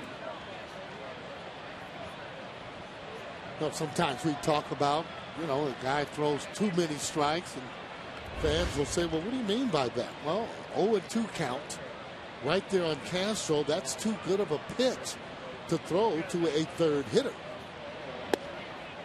Especially a young hitter. You can get that guy out on balls and not throwing a strike to him once you have the 2 early strikes on him. Kind of saw that last night against Pena, Sarge, in the 8th inning. Contreras worked ahead 0-2 and threw too good of a pitch, and Pena hit a double, drove in a run. Fouls that one off his foot. It's 1 ball and 1 strike. Well, the pitcher works very hard to get strikes, and especially early strikes. And when you're 0-2, you're supposed to be able to expand the zone a little. Well, doctor kind of pitcher, however, it seems to always be, you know, around that plate. On the Toyota Major League scoreboard, an update from Florida. Marlins now lead at 5-0. Mike Stanton has hit another home run. Also has a double and a couple of runs scored.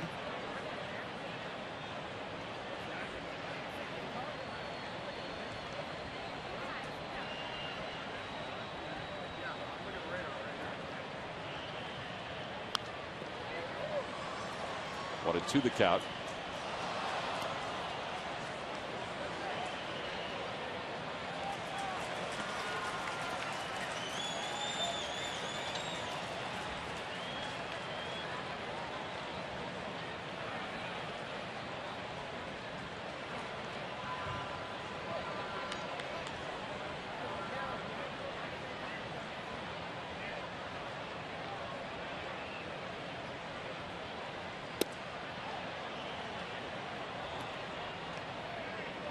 Now, is that an okay 2-strike pitch?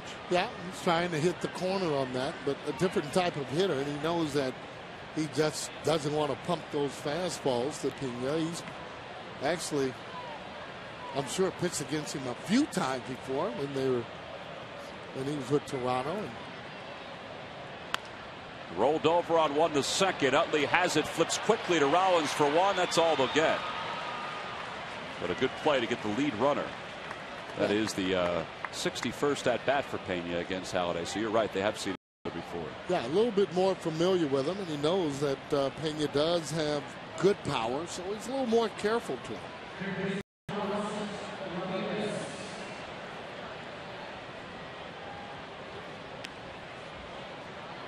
Here's Aramis Ramirez, who is 0 for 2. He flied to right, line to center. Phillies lead at 3-0 here in the 6th. They scored a run on a ground out by Howard and a 2-run home run by Brown. Almost an unhittable pitch in that particular location with that movement.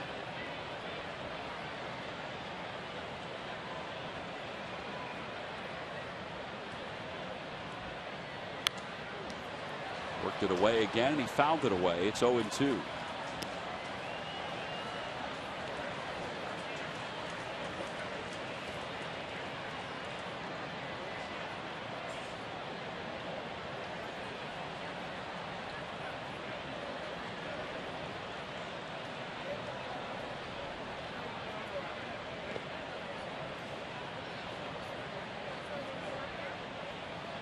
Ruiz gets to do balls. That one hit the dirt.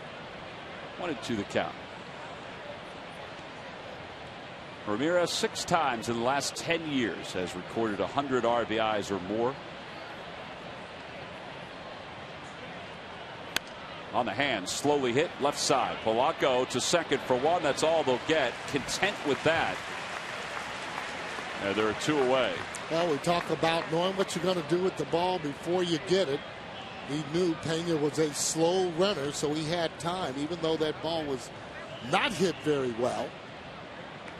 Both runners, not fast runners at all. As he jams Ramirez. Take a look at it as that ball is hit.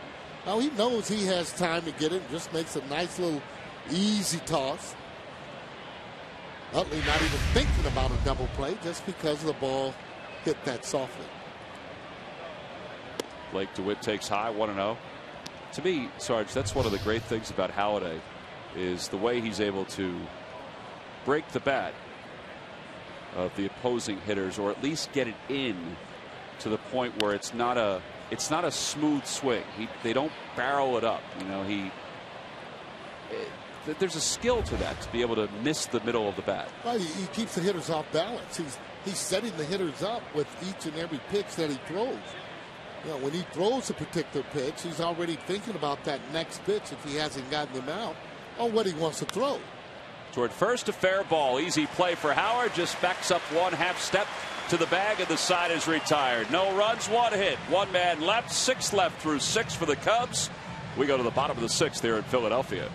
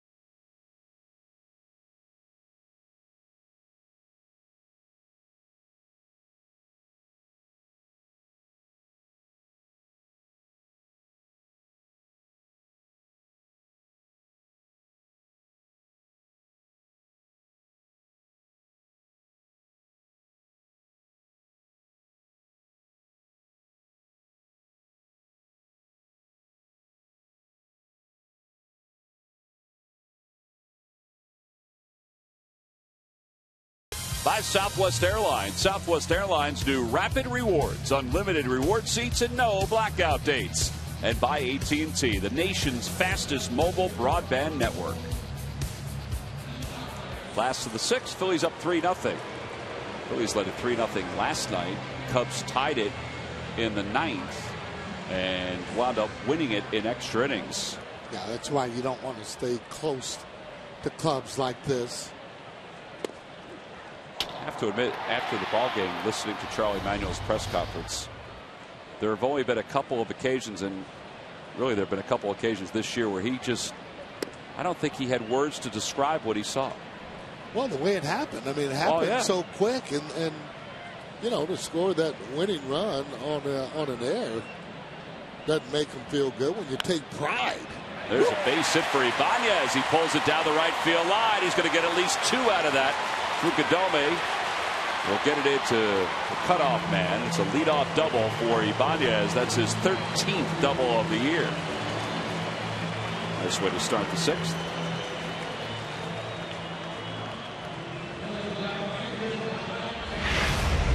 Well, you got to like the way he's swinging it.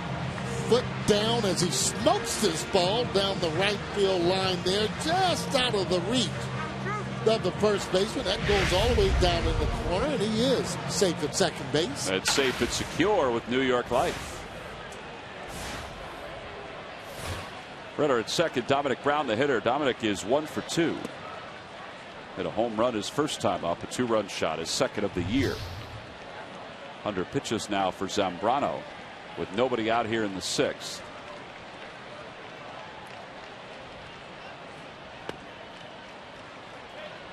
Zambrano knows he's trying to pull the ball as he throws away. Second inning, he gets the ball up.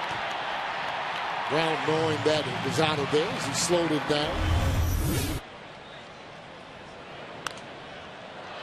Tell you what, he just missed that one too. That'll be back in the seats. If it was a little lower, That's right. And you want to zone him down a little bit more and have that same aggressive swing. He's starting to get a lot smarter, too, in terms of the strike zone. You know, before they were throwing in, and he kept swinging. He's been laying off of some of those pitches in. To center field, Colvin makes the catch. That one was just down toward the hands a little bit. 1 out.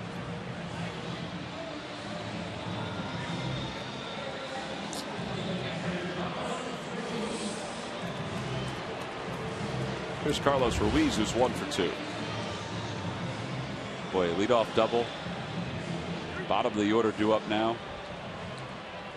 Would have been nice to try to get Ibanez over to third before Halladay came up. Yeah, well, he didn't have a pull swing. He drove the ball. Again, he hit the ball hard. That's kind of what you want to do. And once he starts playing a little bit longer, he'll understand that situation where you want to pull the ball to the right side to get that runner over to third with less than 2 outs. 1-0 pitch coming to Ruiz. Hit on the ground towards shortstop. Castro will make the play over at first. And Ruiz is retired. Ibanez to third. So 2 away for Halladay. See how big that is. If he was able to get him over that same play, he ended up getting a run. Hey, tomorrow from 3 to 4 here at the ballpark at the Phillies newsstand, which is located behind section 111. The Immortals, an elaborate visual documentation of baseball put together by the great Dick Perez.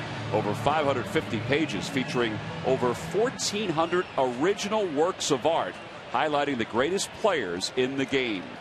Dick Perez is the Phillies and Hall of Fame artist, bound in soft bounded leather. It's a great gift for any baseball fan.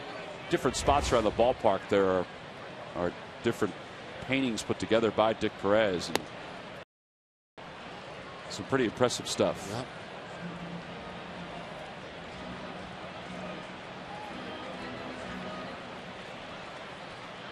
Roy Halladay's the hitter. 1-1 the count. Look out. Look. Ooh, nice catch. Wow. You bring a glove to the game, you got to make a play like that. That's why you bring it, as he one hand stabbed it. And when you do that, fans here, they know what to do. They give you high fives. Right after they duck. Well, there are some that don't see people that would catch the ball. And a called strike 3. Halladay's down looking. 5 strikeouts for Zambrano. Phillies leave a runner over at third. We've completed 6. It's on to the 7th here in South Philadelphia, where the Phils up 3-0.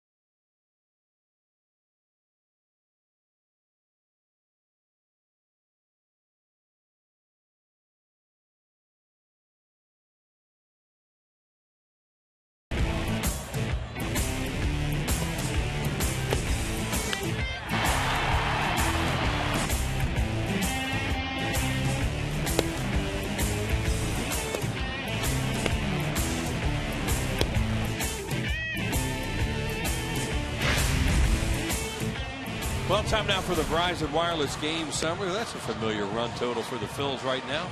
3. 2-run home run by Dominic Brown. Roy Halladay pitching just great here tonight. No walks, 7 strikeouts. And Carlos Zambrano, well, he's been in a lot of trouble, but he's gotten out of most of it. And Kosuke Fukudome, 2 for 3 with a couple of singles his first 2 times up. So now, Wheels, we go to the top of the 7th, and the Phillies nursing that 3-run lead. Roy Halladay begins the 7th with 93 pitches. Giovanni Soto leads it off. It's the bottom 3rd. We'll get a pinch hitter for the pitcher. Pitcher's due up after Colvin, who's on deck.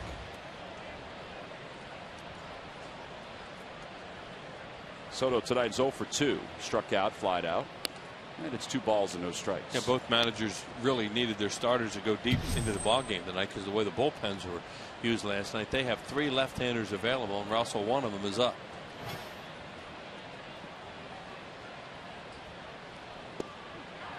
There's a strike, and it's 2-1. Halladay tonight has struck out 7. There's Zambrano. Well, I said there may be a pinch hitter. They may even let him hit and then make a change. Yeah, you don't have to use an extra man that way. He's thrown 109 pitches. He planning on it. There goes the helmet.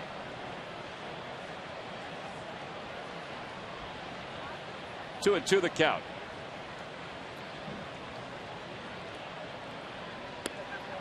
A little low, 3-2.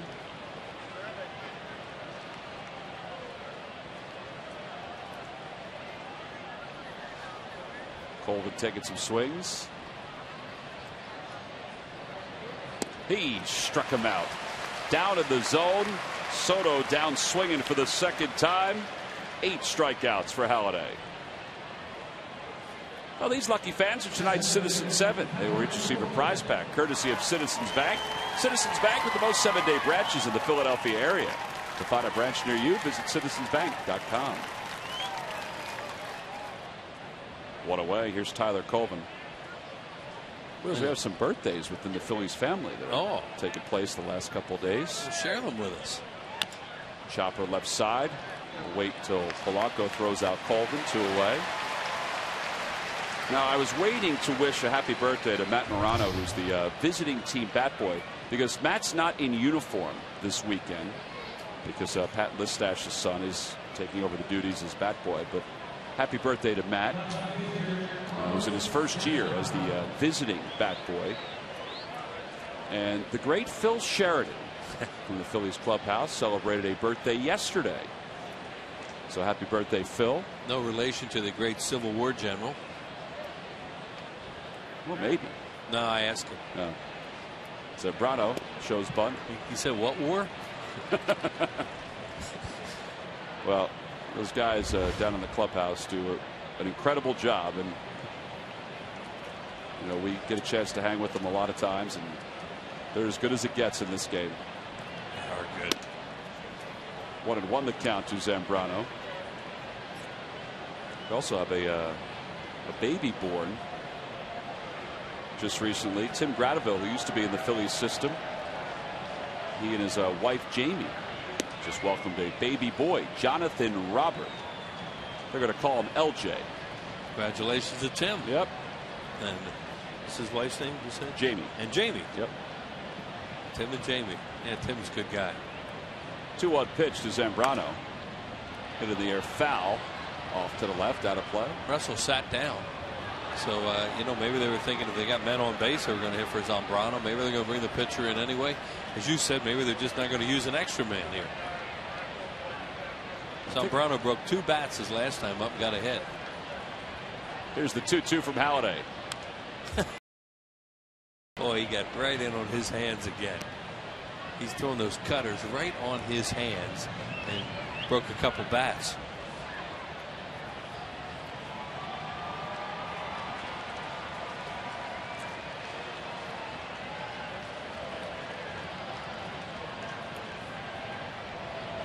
Swing and a miss way out in front of a curveball, and the side is retired. 9 strikeouts for Halladay.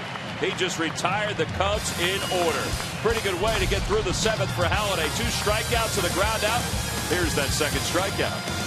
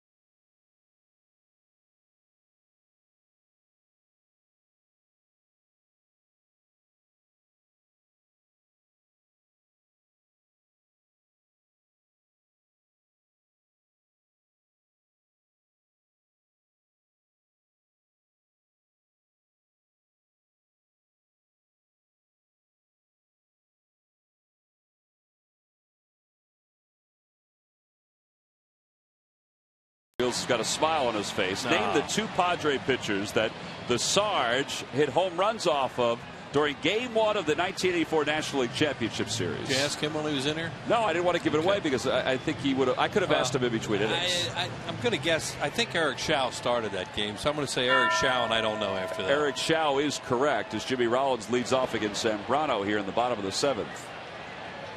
I just have no idea.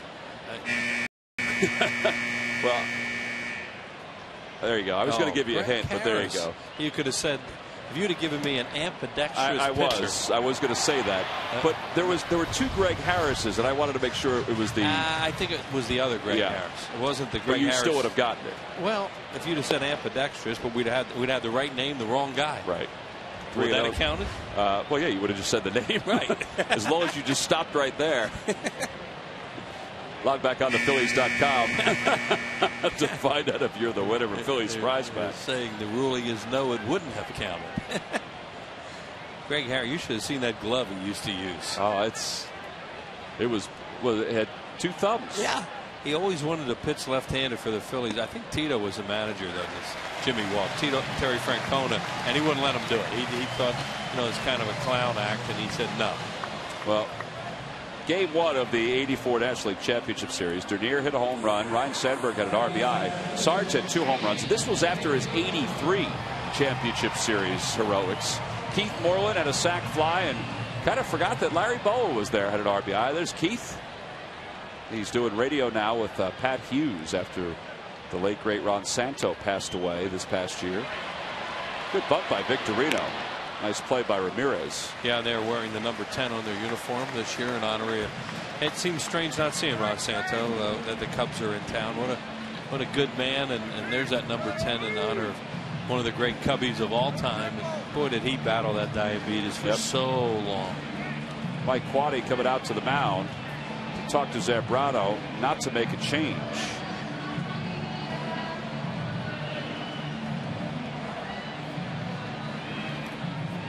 Ron Santo, there's always a debate, and a lot of his contemporaries think he should be in the Hall of Fame with 342 home runs, 1,331 RBIs, a 9-time All-Star. He won 5 Gold Gloves. Yeah, he was a 2-way player. Ron Santo could really play third base, had a strong arm, had that bulldog mentality. He'd eat the baseball. If they're going to walk Utley here, he would knock it down with his body.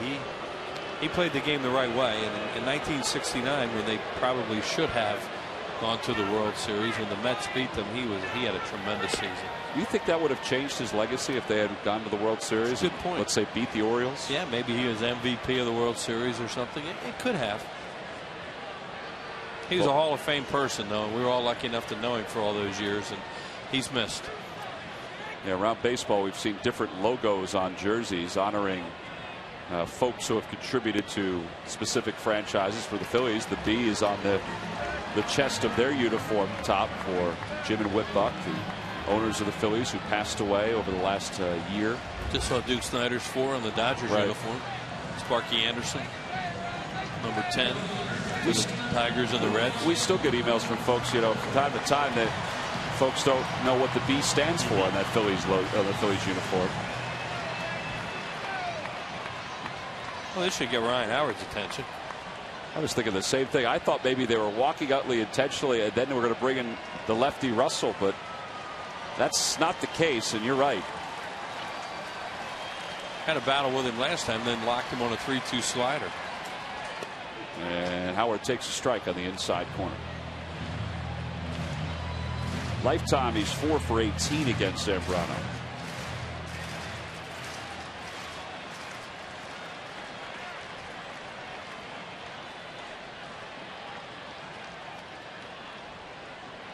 Oh, and 1 the count.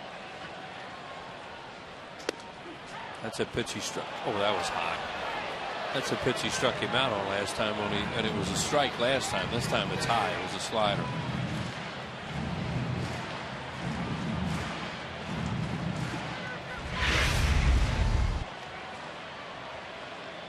See, that's high. Today's strike zone, anything above the belt like that's high. They just, umpires don't call it up there, but he did right then. That's really high. Yeah, that was real high.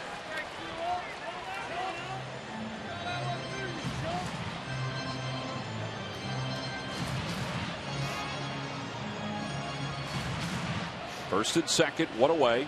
1-2 the count to Howard.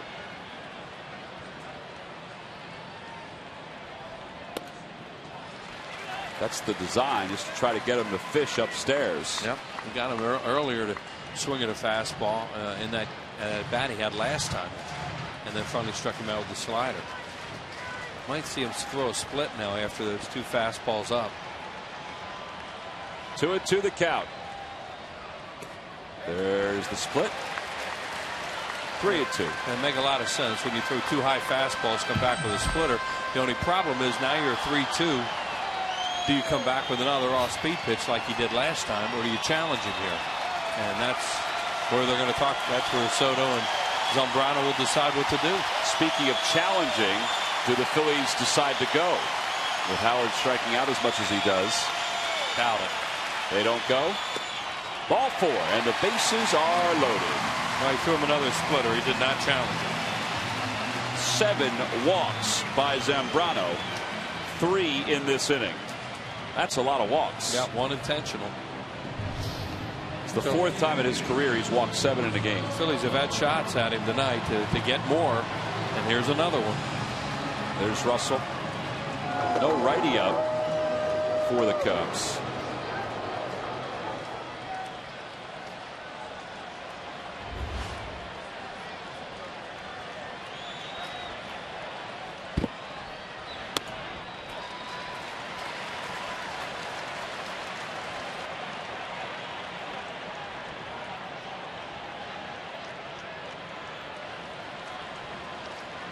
One ball, no strikes, the count to Polanco. 2-0. Trying to stay away from double play ball now. Last time they hit one right back at Zambrano hard, and then whatever that was he did to second, they got away with it. Got away with it. I have to admit, I'm kind of surprised there's no right-hander up and throwing. Yeah, because you figure Kerry Wood or Samardzija could be ready to come into the game right now. Here comes the 2-0 pitch to Polanco. In the air to left field. DeWitt going back. That one is gone! Grand slam, Placido Polanco. It's number 100 for his career. And the Phillies have finally blown it open. It's 7-0 here in the bottom of the 7th.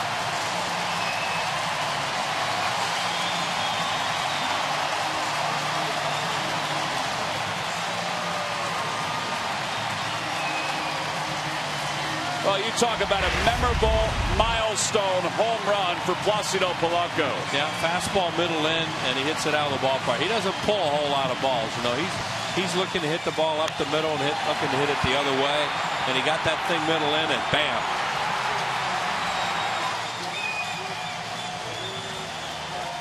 He knew he had made a big-time mistake there. But why he was still in the game, I totally agree with you. That was surprising. Well, he's out of the game now with the Phillies up 7-0 here at the bottom of the 7th. And a new pitcher.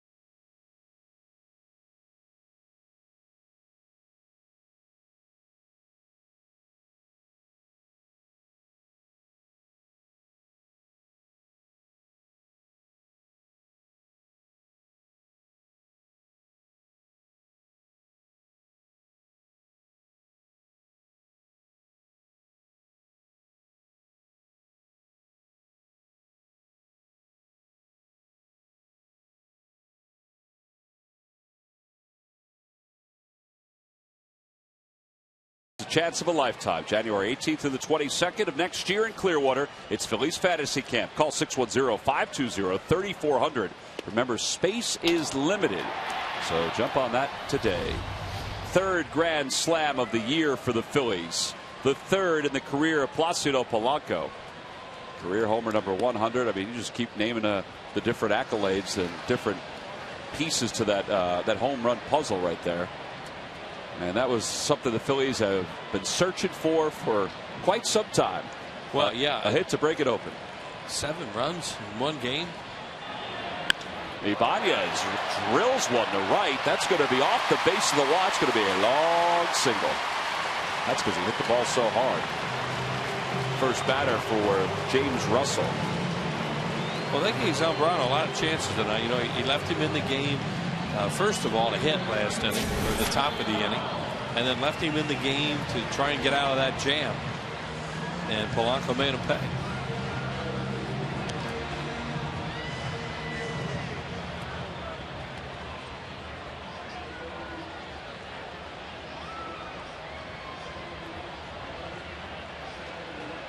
Well, Mike Quade certainly entrusted Zambrano to try to finish that inning.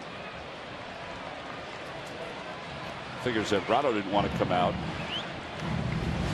The Cubs taxed their bullpen last night, but not really the same way the Phillies taxed their bullpen. They certainly had guys available, as Wheels mentioned before.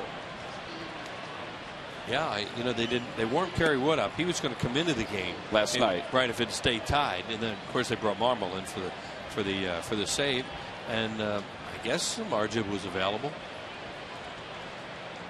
Well, Zambrano walked 7 tonight, 1 intentional. I know Phil Sheridan liked to see him in the game as a Notre Damer on his birthday. Strike 2, 1-2. Phillies have Contreras up and throwing in the pen. Well, the Cubs are reminded of that quite often. Yeah, that's tough. Boy, they've been close a few times recently.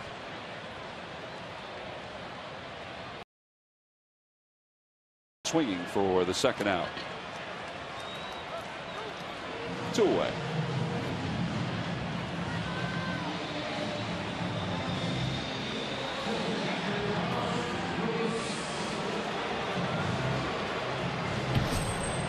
There's Contreras. Yeah, they could think about getting Roy Halladay out of this game now with a 7-run lead and save some bullets for another day. Halladay 7 innings for the 10th consecutive ball game. Around the league, you know, there are notes that pop up where pitcher A or pitcher B has gone 6 innings in 7 or 8 consecutive games. I mean, this is 7 innings in 10 straight or more. Well, that's the thing, or more. Yeah, you just expect it. You know, when Roy goes out there, he's going to pitch 7 innings. You know, he could go another inning now. His pitch counts okay, but see Charlie talking to Pete McCann there. They're probably going to get him out of the game right now. A rare luxury to have this many runs. Ben Francisco is out in the on-deck circle. You know, he's pitching on his normal 4 days, you know, 5th day tonight without that extra day he had last time against the Pirates. Yep, there you go. There's your answer. As you said, Ben Francisco's out there. 2-1 the count to Ruiz. Swing and a miss. 2-2.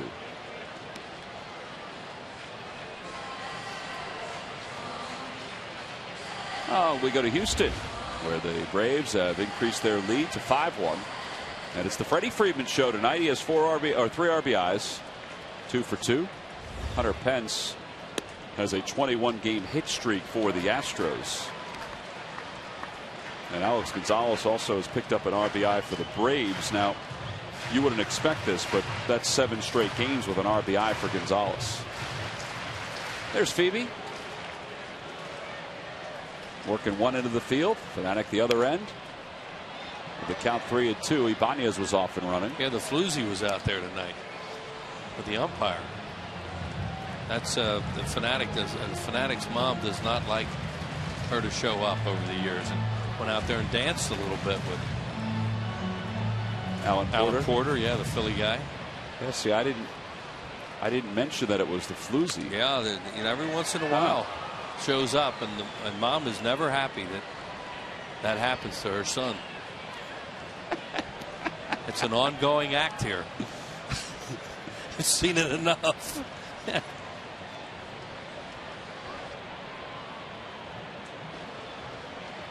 Oh, I'm sorry. I thought it was the fanatic dressed like Lady Gaga. It was Lady Gaga. I just took a all right. I'm sorry. I thought he was doing the floozy act. I always enjoy that. On the hands, back to the box. Russell can't find it, and safe at first. Pena was pulled off the bag. Lady Gaga, of course. I felt like I was up on what was happening. That it was Lady Gaga. You are. I just thought I got nervous for a second. I thought it was. There you go. We'll just give you another look at it. Yeah, there you go. Lady Gaga, Wheels, is very influential. In fact, I think she's the most influential female right now in entertainment. Is that right? That's what I understand. Nice going, Tommy. Thank you very much. Oh, you got young kids. You're up on that stuff. Watch Alan Porter, huh? It's good. I said Alan Porter grew up outside of Philadelphia. He probably dreamed of that opportunity. Eric Gregg used to do that all the time. Here's Francisco pitch hitting in the 7th. Sorry about the Lady Gaga mistake. Well, happens.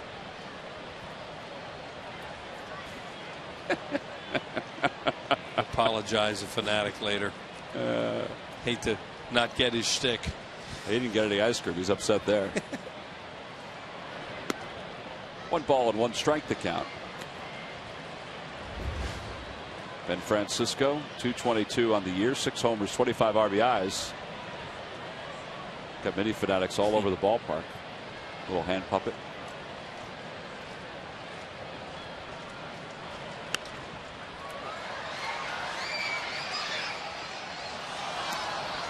One and 2 the count to Francisco.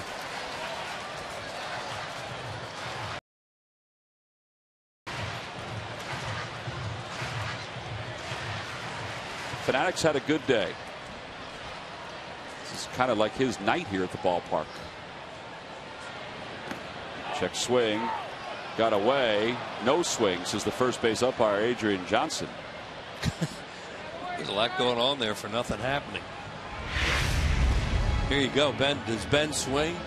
They're going to say no. The ball gets away from Soto. He doesn't know where it is. Umpire's appealing to first. I mean, there was a lot happening there. And then nothing. There are all kinds of people running around.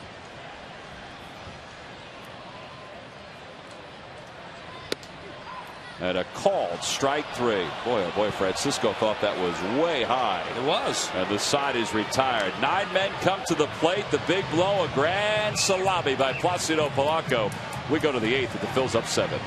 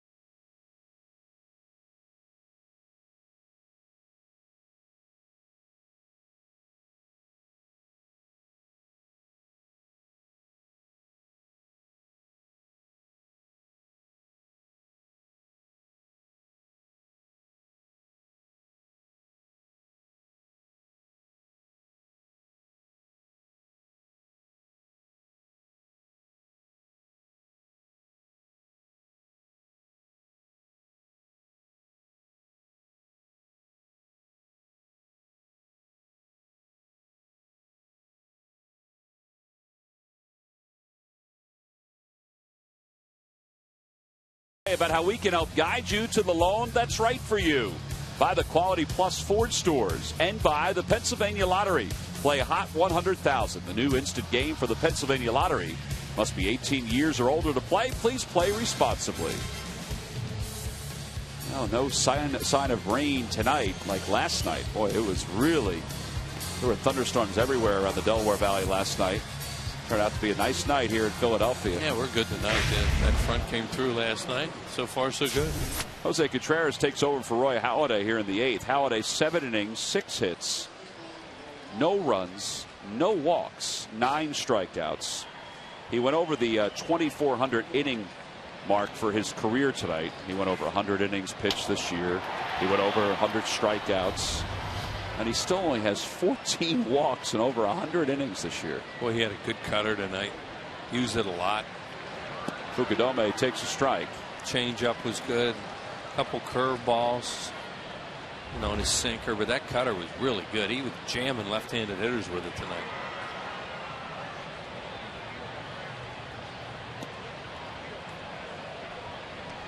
Phillies are trying to get Jose Contreras back on track. Now, he allowed just 1 run last night.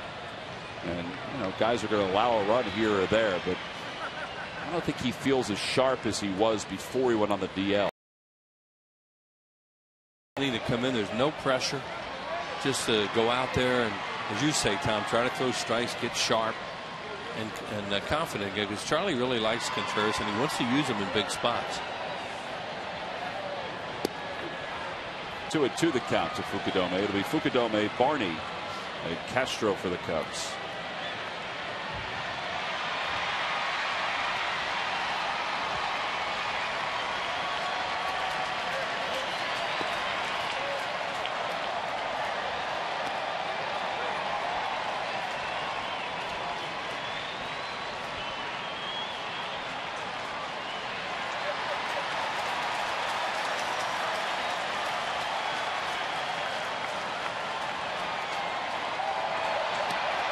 Ball forward. Fukudome's aboard to start the 8th. Hey, a reminder that this week the Florida Marlins are going to come to town to wrap up this long homestand with the Phillies. Tuesday, Wednesday, Thursday. Wednesday is a split day-night doubleheader. Now, there are tickets available, limited seats, for Tuesday and Thursday's games, and even the 7:05 game on Wednesday. But if you want to get a chance to see the ballpark in some other spots, some other seats, well, Wednesday at 1:05. Ticket. Go to Phillies.com. Make your purchase today. Here's Barney, and Barney takes a strike at the knees. An update from Florida. And the Diamondbacks put a little pressure on the Marlins at 6-4 in the 8th. Marlins trying to snap that long losing streak.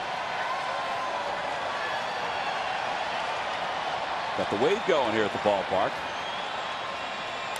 45,602. Another sellout.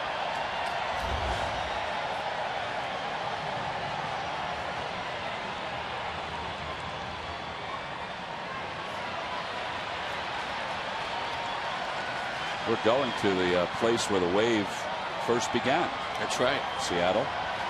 It began at the University of Washington. Correct. Hit on the ground softly toward the hole at third. Polanco gets one. I think Utley was surprised that he had a chance to turn to, but he does get the lead runner. 5-4 on the putout.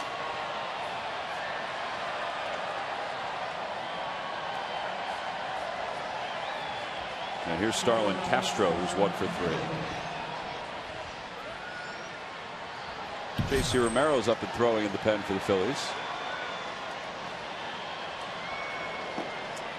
Yeah, the one guy you figure is not available tonight would be Herndon after pitching or throwing a lot of pitches last night. Charlie discussed at length today what happened in yesterday's game, why he didn't bring Kyle Kendrick back after the rain. He said it's been his practice as a manager in the majors. He said it wasn't this way always in the minors, that when a delay is longer than 45 minutes, he would be hard pressed to bring that starter back. He just doesn't want to do it.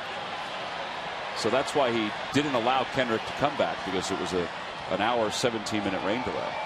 Yeah, a lot longer than 45 minutes. Line drive, base hit for Castro into left. Ibanez gets to it quickly, but Barney's going to third. Castro to second. The throw just a little late. And now the Cubs with second and third and one out. Second hit for Castro. Kid's a really good looking hitter. He can hit some mistakes too. That looked like a high splitter. And he stayed back pretty well on it. Hammered it to left. See if it's a splitter or slider. It's tough to tell if it's a splitter or slider, but I think it was a split. And he gets a good part of the bat on it and hooks it down into the corner. See from right there, it's a split. Up a little bit. Good piece of hitting.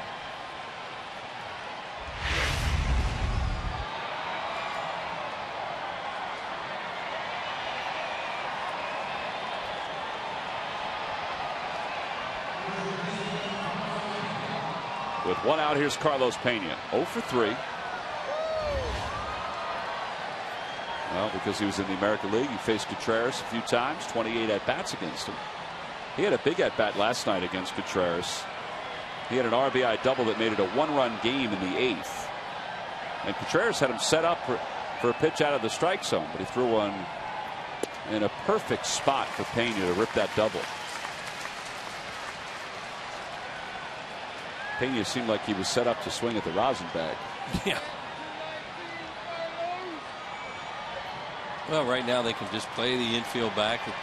Nice to have a 7-run lead in the 8th inning with an out. Play them all the way back.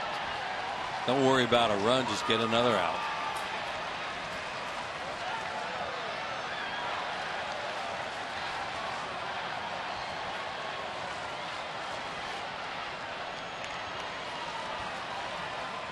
Man takes a long time to get back in the box, doesn't he? Yeah, he does.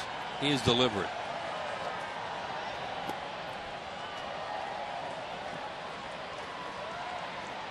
It's old American League thing.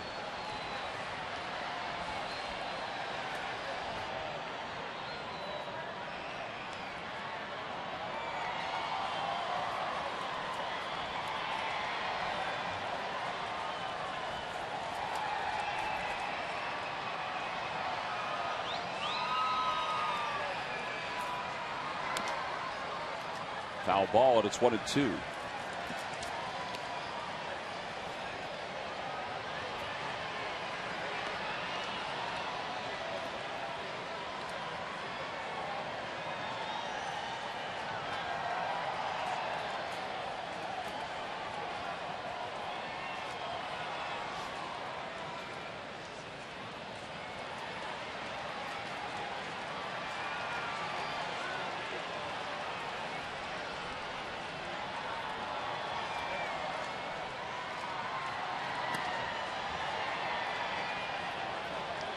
Well, this is one of those matchups that's taken a while because Contreras is very deliberate.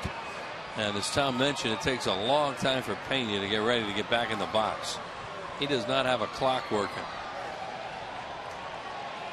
What happened to that rule where you're not allowed to step out of the box? I don't think that's enforced much unless maybe Joe West is back there, you know, one of those guys.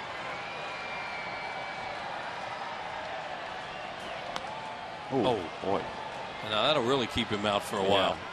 Well, earlier in the ball game, he did a similar thing, and it did keep him out of the box for a long while. Well, and understandably, that hurts. This time the trainer's going to come out because you said, Tom, it's the second time, right? Oh, right it was off off the his knee. That's kind of the way that Jimmy Rollins did it the other night in Pittsburgh. Oh. Talk about tying him up. Rollins was out for a couple of days, and I don't think Carlos Pena wears the same knee pads that Jimmy Rollins wears. Well, Rollins knows what that feels like.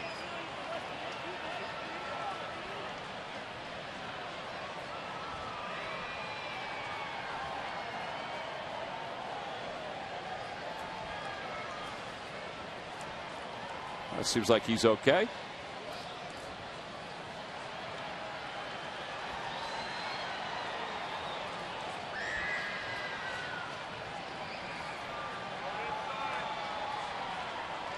Let me tell you put a clock on him, he could be the slowest guy in the league. Slow. I mean, he might give Mike Hargrove a run for his money. Remember how long it took Mike Hargrove to get in the box? Used to call him the human rain delay. Second and third, one out, 2-2 the count to Pena. I don't think his knee was bothering him on that swing. No. Just a long foul. Well, it's also caused the wave to peter out.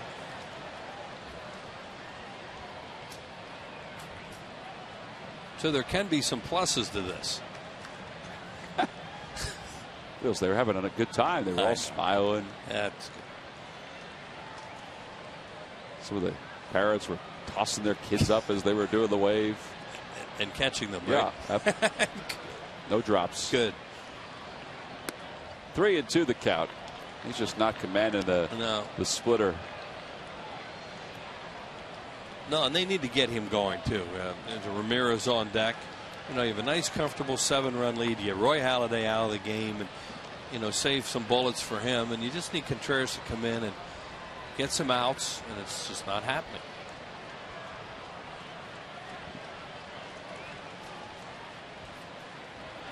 "25 seconds in between pitches." I don't know why I'm enamored by it, but it just stands out that it takes this long. Did he just foul one off his foot? I think he did. He's having some with that.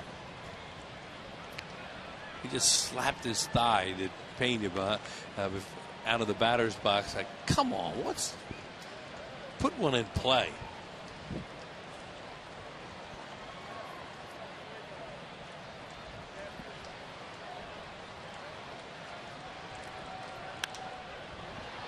He fouls it away again, this time away from his appendages and into the Hall of Fame club. 3-2 the count. This will be the 10th pitch of this at bat. 5 foul balls, 1 off his knee, 1 off his ankle.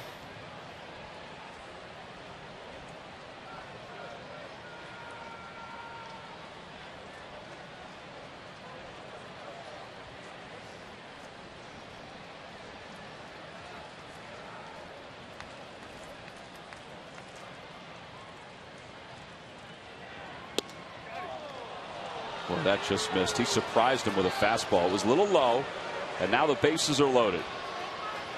Second walk of the inning, and here comes Rich Dubé out to talk to Contreras. Yeah, and we've seen that Gary Cederstrom, the home plate umpire, is having a tendency to call a high strike tonight, but not that one. And that pitch was low.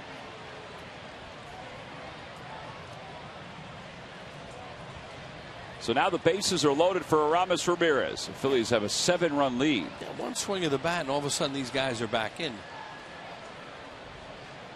And they got a guy up there that can do it, too.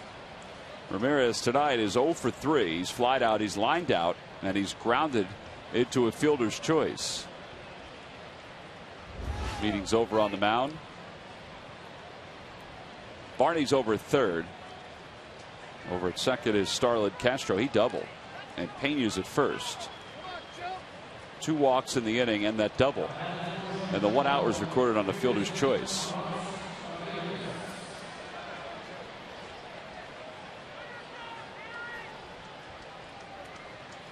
Aramis Ramirez 6 for 24 on this road trip.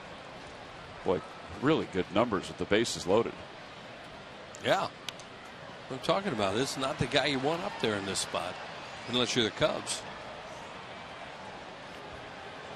Now he's different than he has been in years past, but he still has the potential. Still very dangerous if he gets his pitch, and he's looking to pull too. He's not a guy that has beaten you a whole lot over the years to right and right center. He will hit it hard to left and left center in these spots.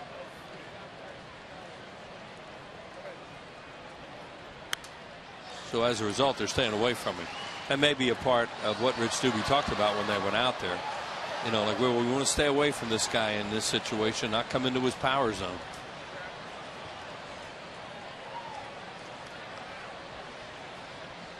To the count.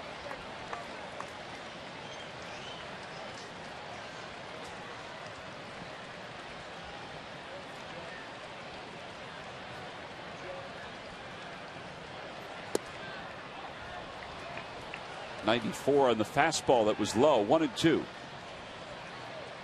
Blake DeWitt's in the on deck circle, and he may be there for J.C. Romero if Contreras is not able to get an out here with Aramis Ramirez. Even if he gets it out, we may see Romero. Another foul ball. A lot of pitches in this inning for Contreras. Well, he hung that splitter again. You said he just does not have command of it tonight, and you know, that was a very dangerous pitch he just threw. There is J.C. Romero, who is probably ready if they want him. that fastball away early in the count looked like the pitch that they have a chance to, maybe even get him to roll it over, pop it up.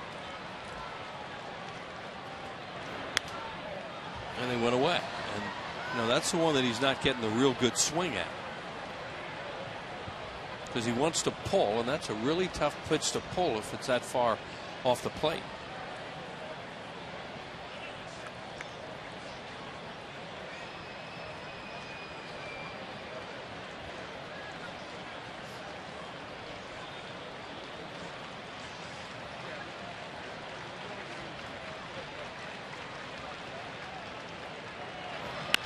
Line drive, base hit it to right center field. Victorino will cut it off into the alley, but 2 runs are going to score. And the Cubs have first and third. And it's now a 7-2 ball game. Well, he got a fastball out over the plate. He's trying to stay away from him, and a good job by Aramis Ramirez with 2 strikes to finally look out there and figure, well, all right, I'm going to give in a little bit and go that way, and he did. It was a nice piece of hitting. Well, that's going to be it for Jose Contreras. So what was a 7-run lead is now a 5-run lead with 1 away here at the top of the 8th. J.C. Romero's been loosening up, so he's going to come into the ball game for the Phillies. Aramis Ramirez, we showed his numbers with the bases loaded. He comes through again. There goes Jose Contreras. Here comes J.C. Romero. We'll be back after this.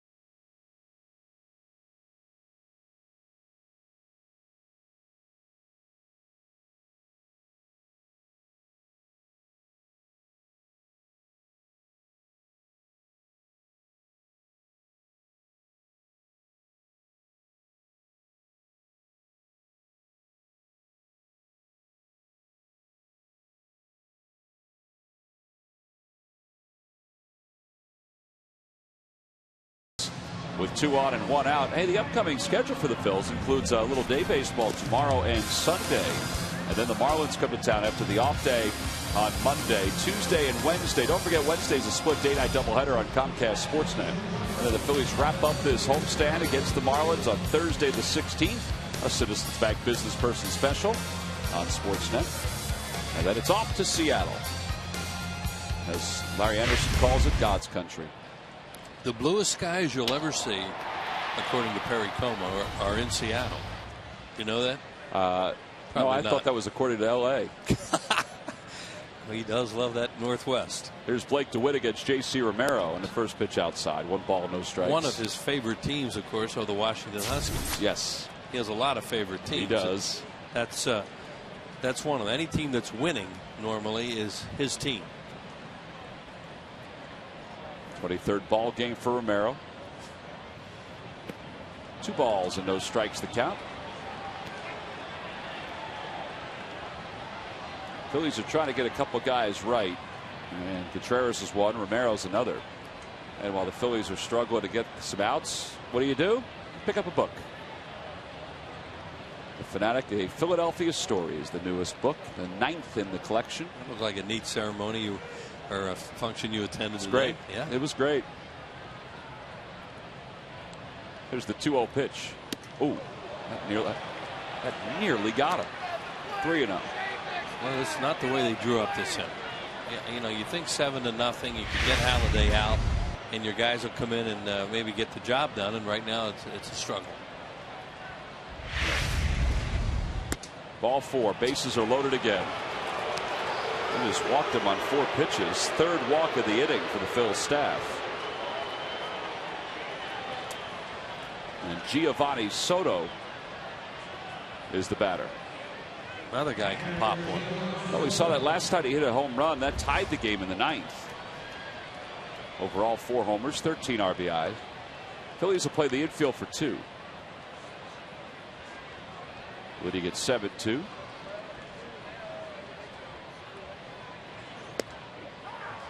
There you go.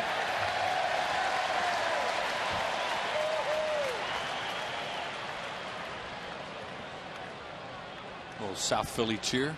Yep.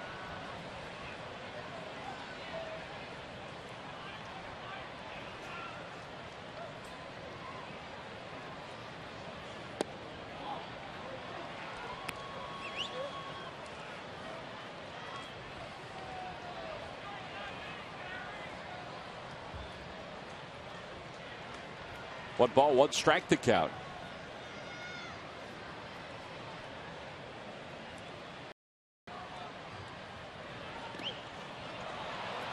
Two and one to count. Oh boy.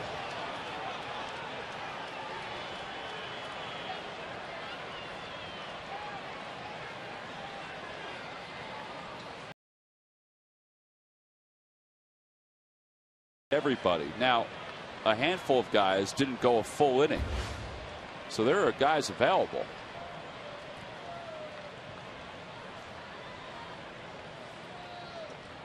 There comes the 2-1 pitch. Try to change up, just try to guide it over. And it was high, 3-1.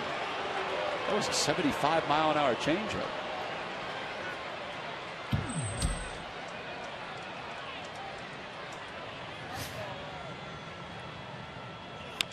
Ground ball, foul.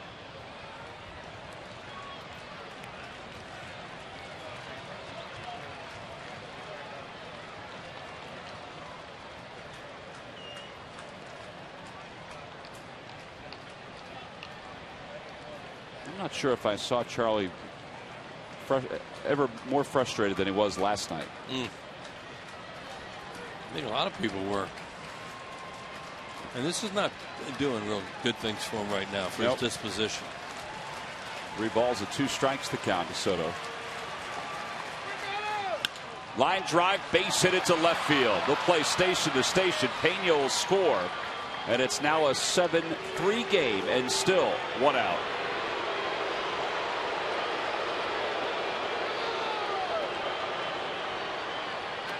An RBI single for Soto. And a pinch hitter coming up. It'll be Lou Martinez. He just got Stutz up in the bullpen. There's a long at bat for Pena, which resulted in him getting on base. It's a really slow walk by Rich Doobie, and he's given Stutz some time.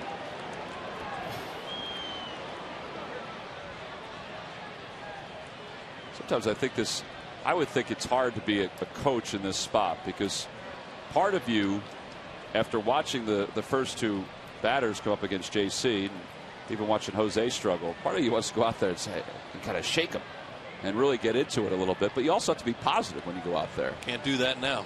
You're right. I mean, the positive part, yes. Yeah. The first part, right. And no way you can do that now. That doesn't help anything. Carlos Ruiz doing the talking right now with Michael Stutz throwing in the pen. Rich Doobie will leave the conversation. So Martinez will pinch it here. LeMahieu is in the on-deck circle. Martinez is the tying run. Yeah. There's LeMahieu.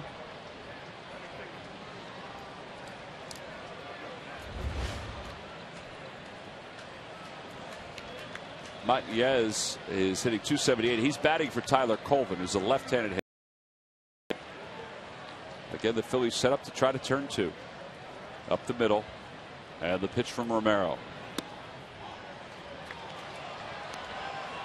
There have been a couple occasions where that pitch has been a strike the last 2 innings. Must have been just a little high. In particular, that pitch to Ben Francisco.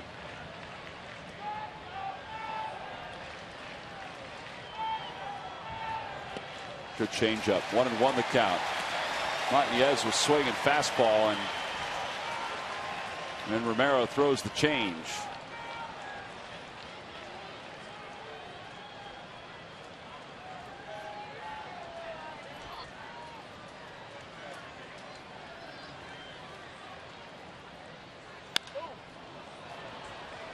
Well, he was right on that pitch out in front, and he fouled it down the left field line.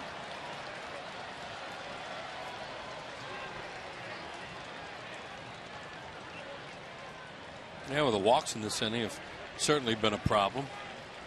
3 walks in the inning to go along with 3 hits.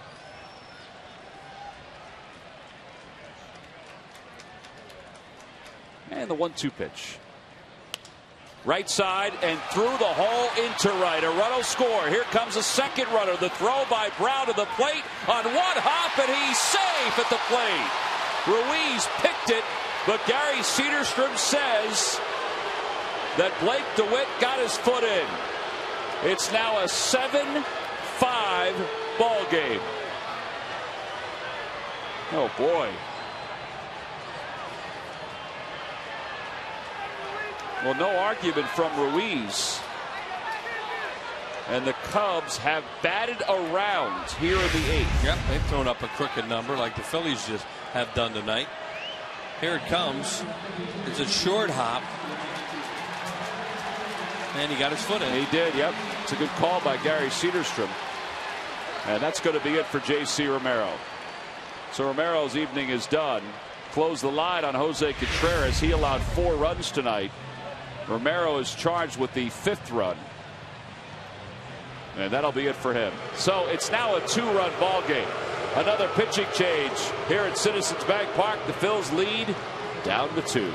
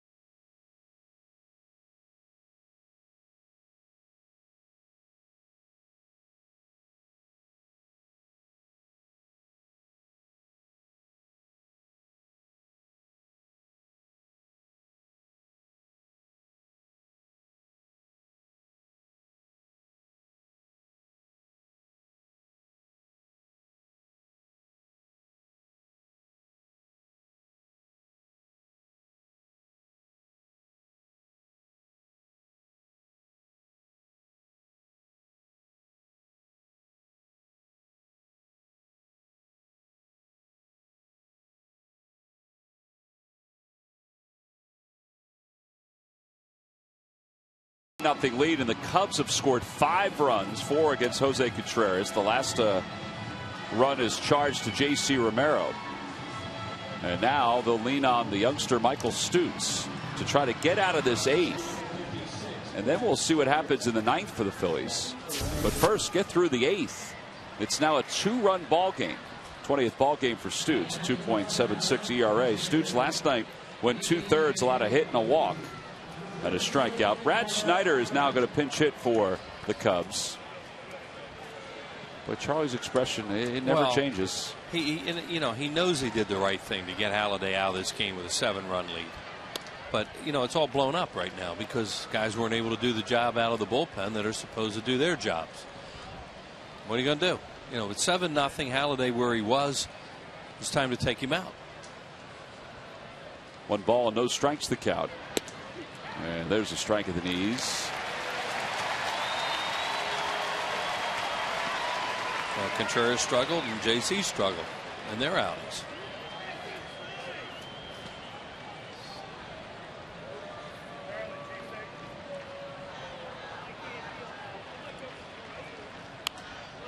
Foul ball, and it's 1-2.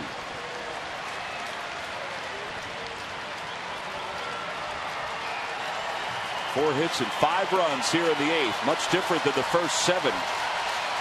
And now this crowd of 45,000 plus trying to get behind Michael Stutz. Get the Phillies through the 8th. What a big spot for this guy to come in and try and calm this thing down. The 1-2 pitch. Oh, yeah. Call. Strike 3. Well, that was right down the middle. I don't know what he's looking for there, but that's a hit-me pitch. Good job by Michael Stutz to come in and throw some strikes, which, you know, the other guys were having a little trouble doing. Look at this fastball. It's supposed to be down and away. I mean, that thing is right down the middle.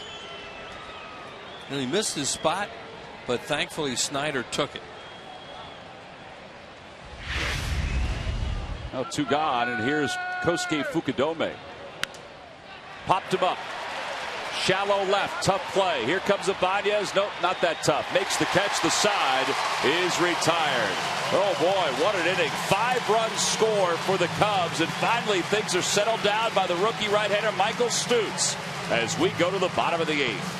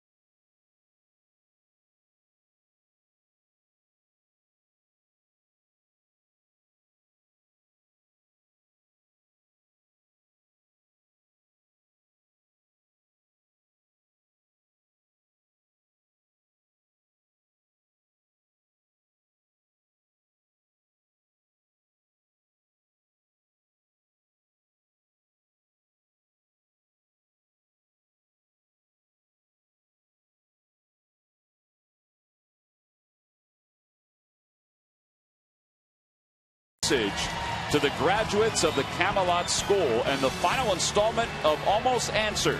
Get all the news Philly fans need to know on Sports Night, presented by Toyota. That's after the ball game, only on Comcast Sportsnet. Well, Lou Montañez stays in the ball game to play center field for the Cubs. He came on a pinch hit for Tyler Colvin, and the new pitcher is right-hander Jeff Samardzija, former wide receiver for the University of Notre Dame. And he's 3-2 this year, 4.54 earned run average. This is his 25th game. He's given up his share of base runners.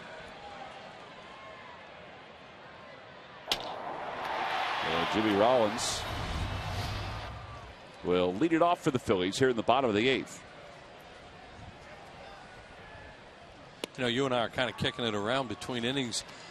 You know, why Bastardo didn't get up at some point. Well, when they said, well, maybe Matson can't go tonight. And that's what appears to be the case, because Bastardo is up in the bullpen. And it seems like he's going to at least start the 9th, if not pitch the 9th. Outside to Rollins, 1-1. There's Bastardo.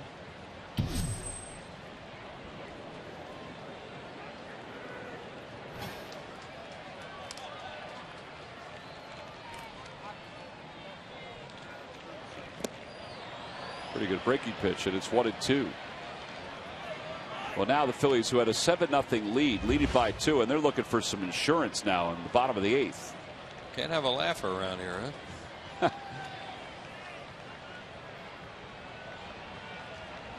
1 in the first, 2 in the second, and then they scored 4 in the 7th, and things were looking pretty good. And a called strike 3. Rollins is down looking to start the 8th. This guy was a heck of a wide receiver in college and probably could have played in the National Football League. In fact, well, he could have played in the National Football League. I would think so. I don't know. I mean, I don't know from college to the NFL, but in college, he was tremendous. Just a game breaker. Well, to be a two-sport athlete in college, particularly at the level of Notre Dame, I mean, that says a lot for your abilities. And then he decided to pursue the baseball route. Well, he was one of those yak guys, they call him, yards after catches, and he could really run with the football after he'd catch it. But as you saw there, 96. Now, it's becoming easier to find guys that throw 94, 95, 96 miles per hour. But the combination of that fastball and, the breaking pitch you just saw is why the Cubs drafted him. I think they envisioned him to be a starter at one point, but Mike Quaddy has put him on the roster as a relief pitcher. And well, he's had his ups and downs too in the major leagues. He's gotten hit hard. He's walked a lot of batters, but he has great stuff. A very good slider along with his fastball. Here's the 0-2 to Victorino. He can get some leverage with that tall frame too.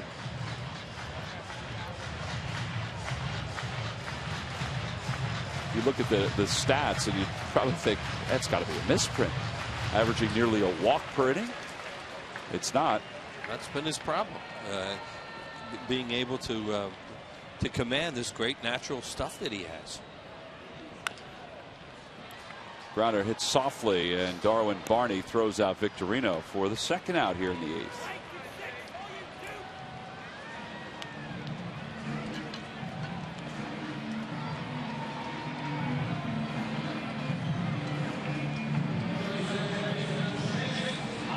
Now 2 outs for Chase Utley.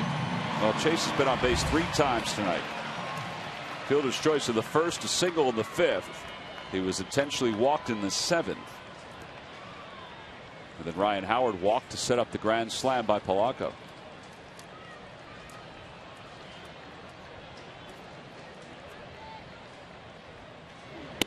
For the Cubs in the 9th, it'll be Barney, Castro, and Pena. And they'll be up to face Antonio Bastardo. There's Barney. He'll lead it off. Pena will get up, hopefully with nobody on. 2-0 the count to Utley.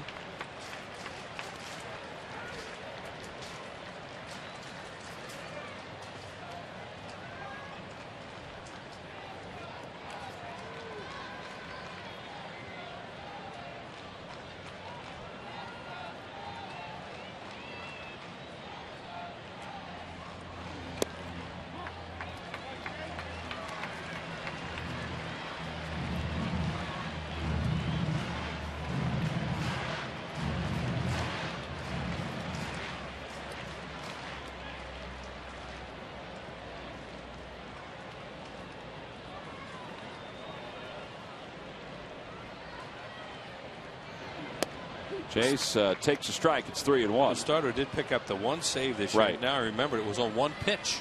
Fly ball to right field. He came in behind Halladay, 8 2/3 in Washington. No, it was at San Diego. Oh, that's right, San Diego. The final game of that San Diego series, and he got Hundley to hit a fly ball to right on the first pitch. 3-1 the count to Utley. And it's 3-2. A fastball on the outside part of the plate.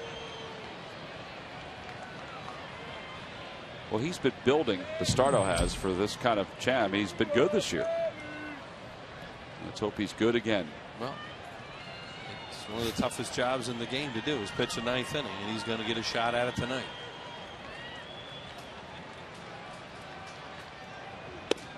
And Utley's down looking. So Samardzija picks up a couple strikeouts here in the 8th. He retires the Phils in order. 1, 2, 3. We go to the 9th here in Philadelphia, and Antonio Bastardo looks like is coming on in.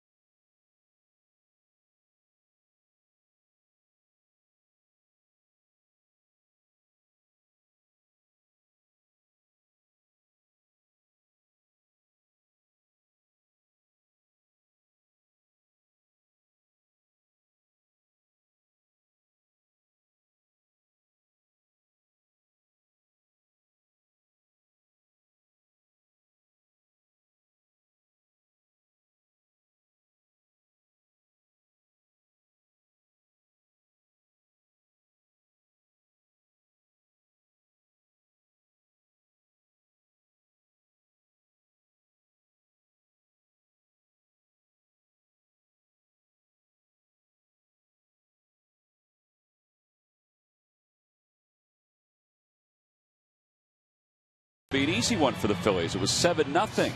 Well, now as we go to the ninth, it's 7-5. And we also try to help you out with the whole Floozy and Lady Gaga thing. So here we go. This is opening day. There's Lady Gaga. Yeah, that's right. Coming out of the egg. Right. There's the hat. Dancing with one of the Astros. Angel Sanchez. Now with Alan Porter. That's tonight. Now just to refresh your memory. Oh, here's the Floozy. Oh, right. There we go. Thanks. I got it now. The Floozy doesn't really look like Lady Gaga. No, not at all. That was wrong. Now this is the best part.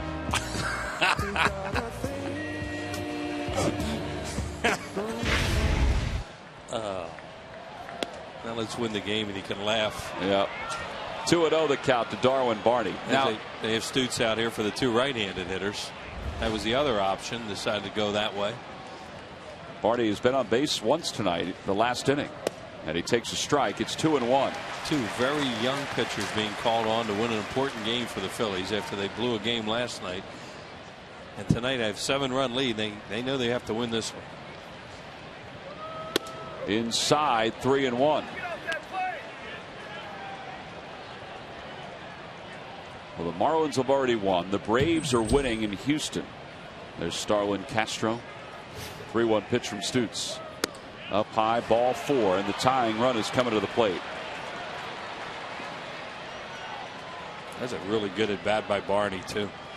You know, for a young player, not to get anxious, get on base, facing his former college teammate. Yeah. You know, that whole match right there. Yeah, last night when Stutes came on, he didn't face Barney. Right. They played at Oregon State, won a national championship, 2 actually. And Castro takes a slider low, 1-0.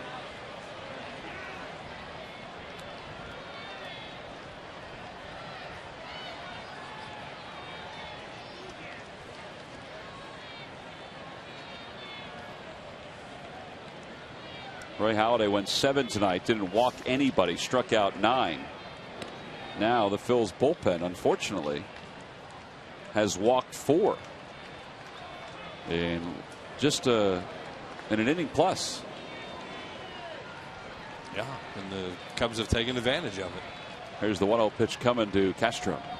A strike. Cubs, and it's 1-1. Cubs, a team that's really been struggling too, and won a game in Cincinnati. You know, pulled the game out last night and making a run tonight and starting to feel a little better about themselves. Yeah, the 5 runs they scored in the 8th. It's the 10th time this year they've had an inning with 5 runs or more.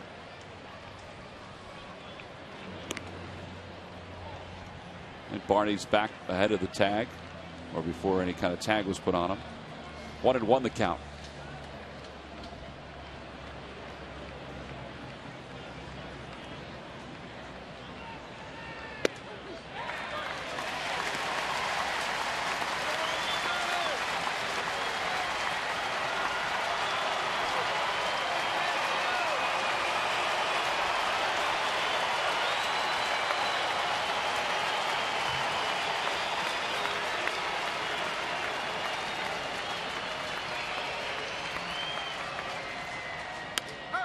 Little looper, foul territory over the head of Howard. And it remains 1-2. A new life for Starlin Castro. Guy just doesn't swing and miss that often.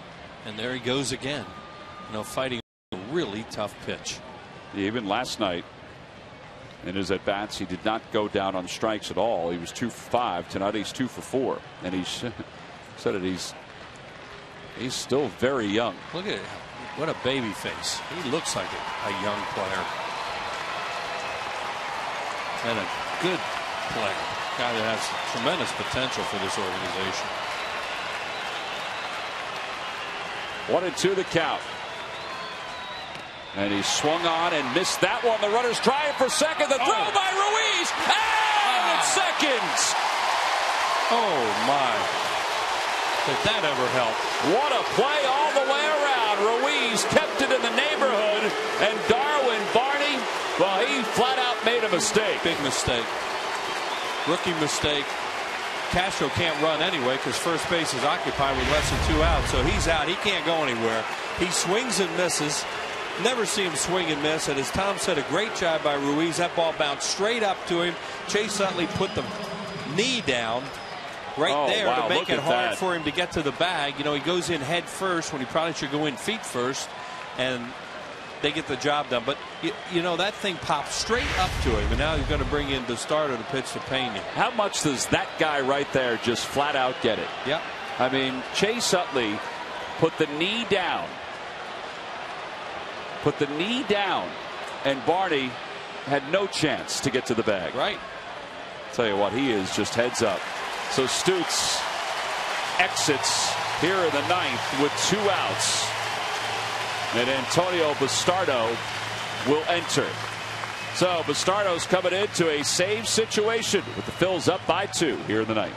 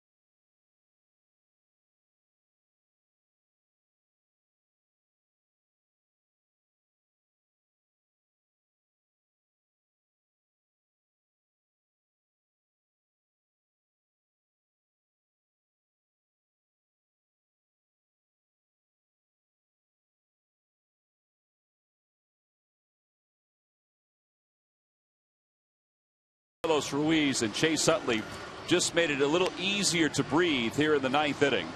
Ruiz made a heck of a throw, and Utley, well, put a heck of a knee down. Can't put the knee down. The guy's going in head first, and you know, he doesn't want the knee down as much if the guy's coming in with his spikes, but with it coming in head first, put the knee down.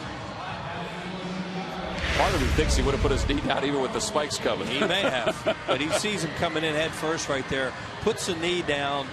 He can't get there. Nice quick tag, and he is definitely out. Good call out there, too, by Alan Porter, the second base umpire. But good job by Chooch, too. And the Phillies got a break on that because that ball popped straight up in the air after he swung at it, after Castro swung at it, had backspin, came right into his hand. And Carlos Ruiz, knowing the situation, doesn't even think about worrying about the guy going to first, the hitter, because he's out automatically. Go get the guy at second, and he did. Yeah, and Castro even went right past his sights. Yeah, and he can't go anywhere. I mean, he can, but he's not going to be at first base because rules won't let you. Well, here's Antonio Bastardo, lefty against Pena. The Phillies lead it 7-5 with 2 outs in the 9th. And a swing and a miss at a 92-mile-an-hour fastball. It's 0-1. This is where it went crazy in the 8th inning when this guy was up here for a half an hour. Right. And wound up walking. See his numbers against left-handed pitchers, 3 for 44.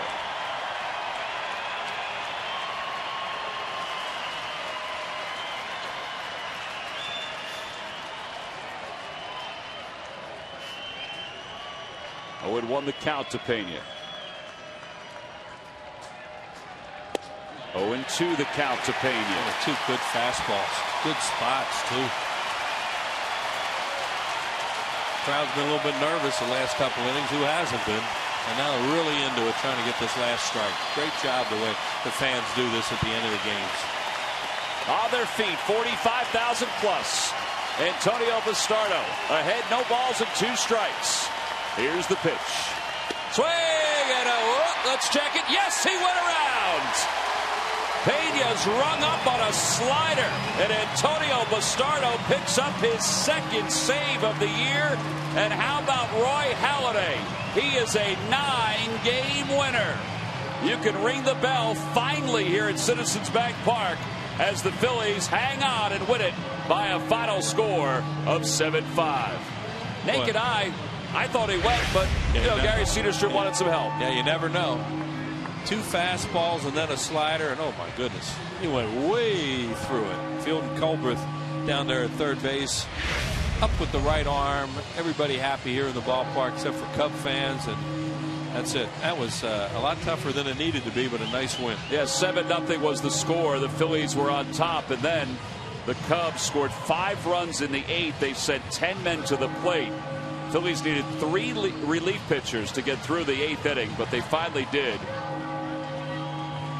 And it's time now for our WB Mason deliveries of the game. A little different look at it, Wheels. Well, let's go with offense first. Placido Polanco makes it 7-0 here off Zambrano. Throws a fastball, comes running into a happy zone right there, and he hits it out of the ballpark. 4 runs score on that one swing of the bat. Went from 3-0 to 7-0, looking pretty comfortable for the Phillies going into the 8th inning, but it wasn't. In the 9th inning, Castro, we talked about how he hardly ever swings and misses. That ball bounced straight up in the air, right to Carlos Ruiz. Chase Utley puts the knee down. No way Barney can get to the bag. Great tag by Utley, great throw by Carlos Ruiz, and those are WB Mason deliveries of the game. So the Phillies hang on, they win it. It's their 3rd win on this homestand, a final score of 7-5. We'll be back to talk a little bit more about it after this.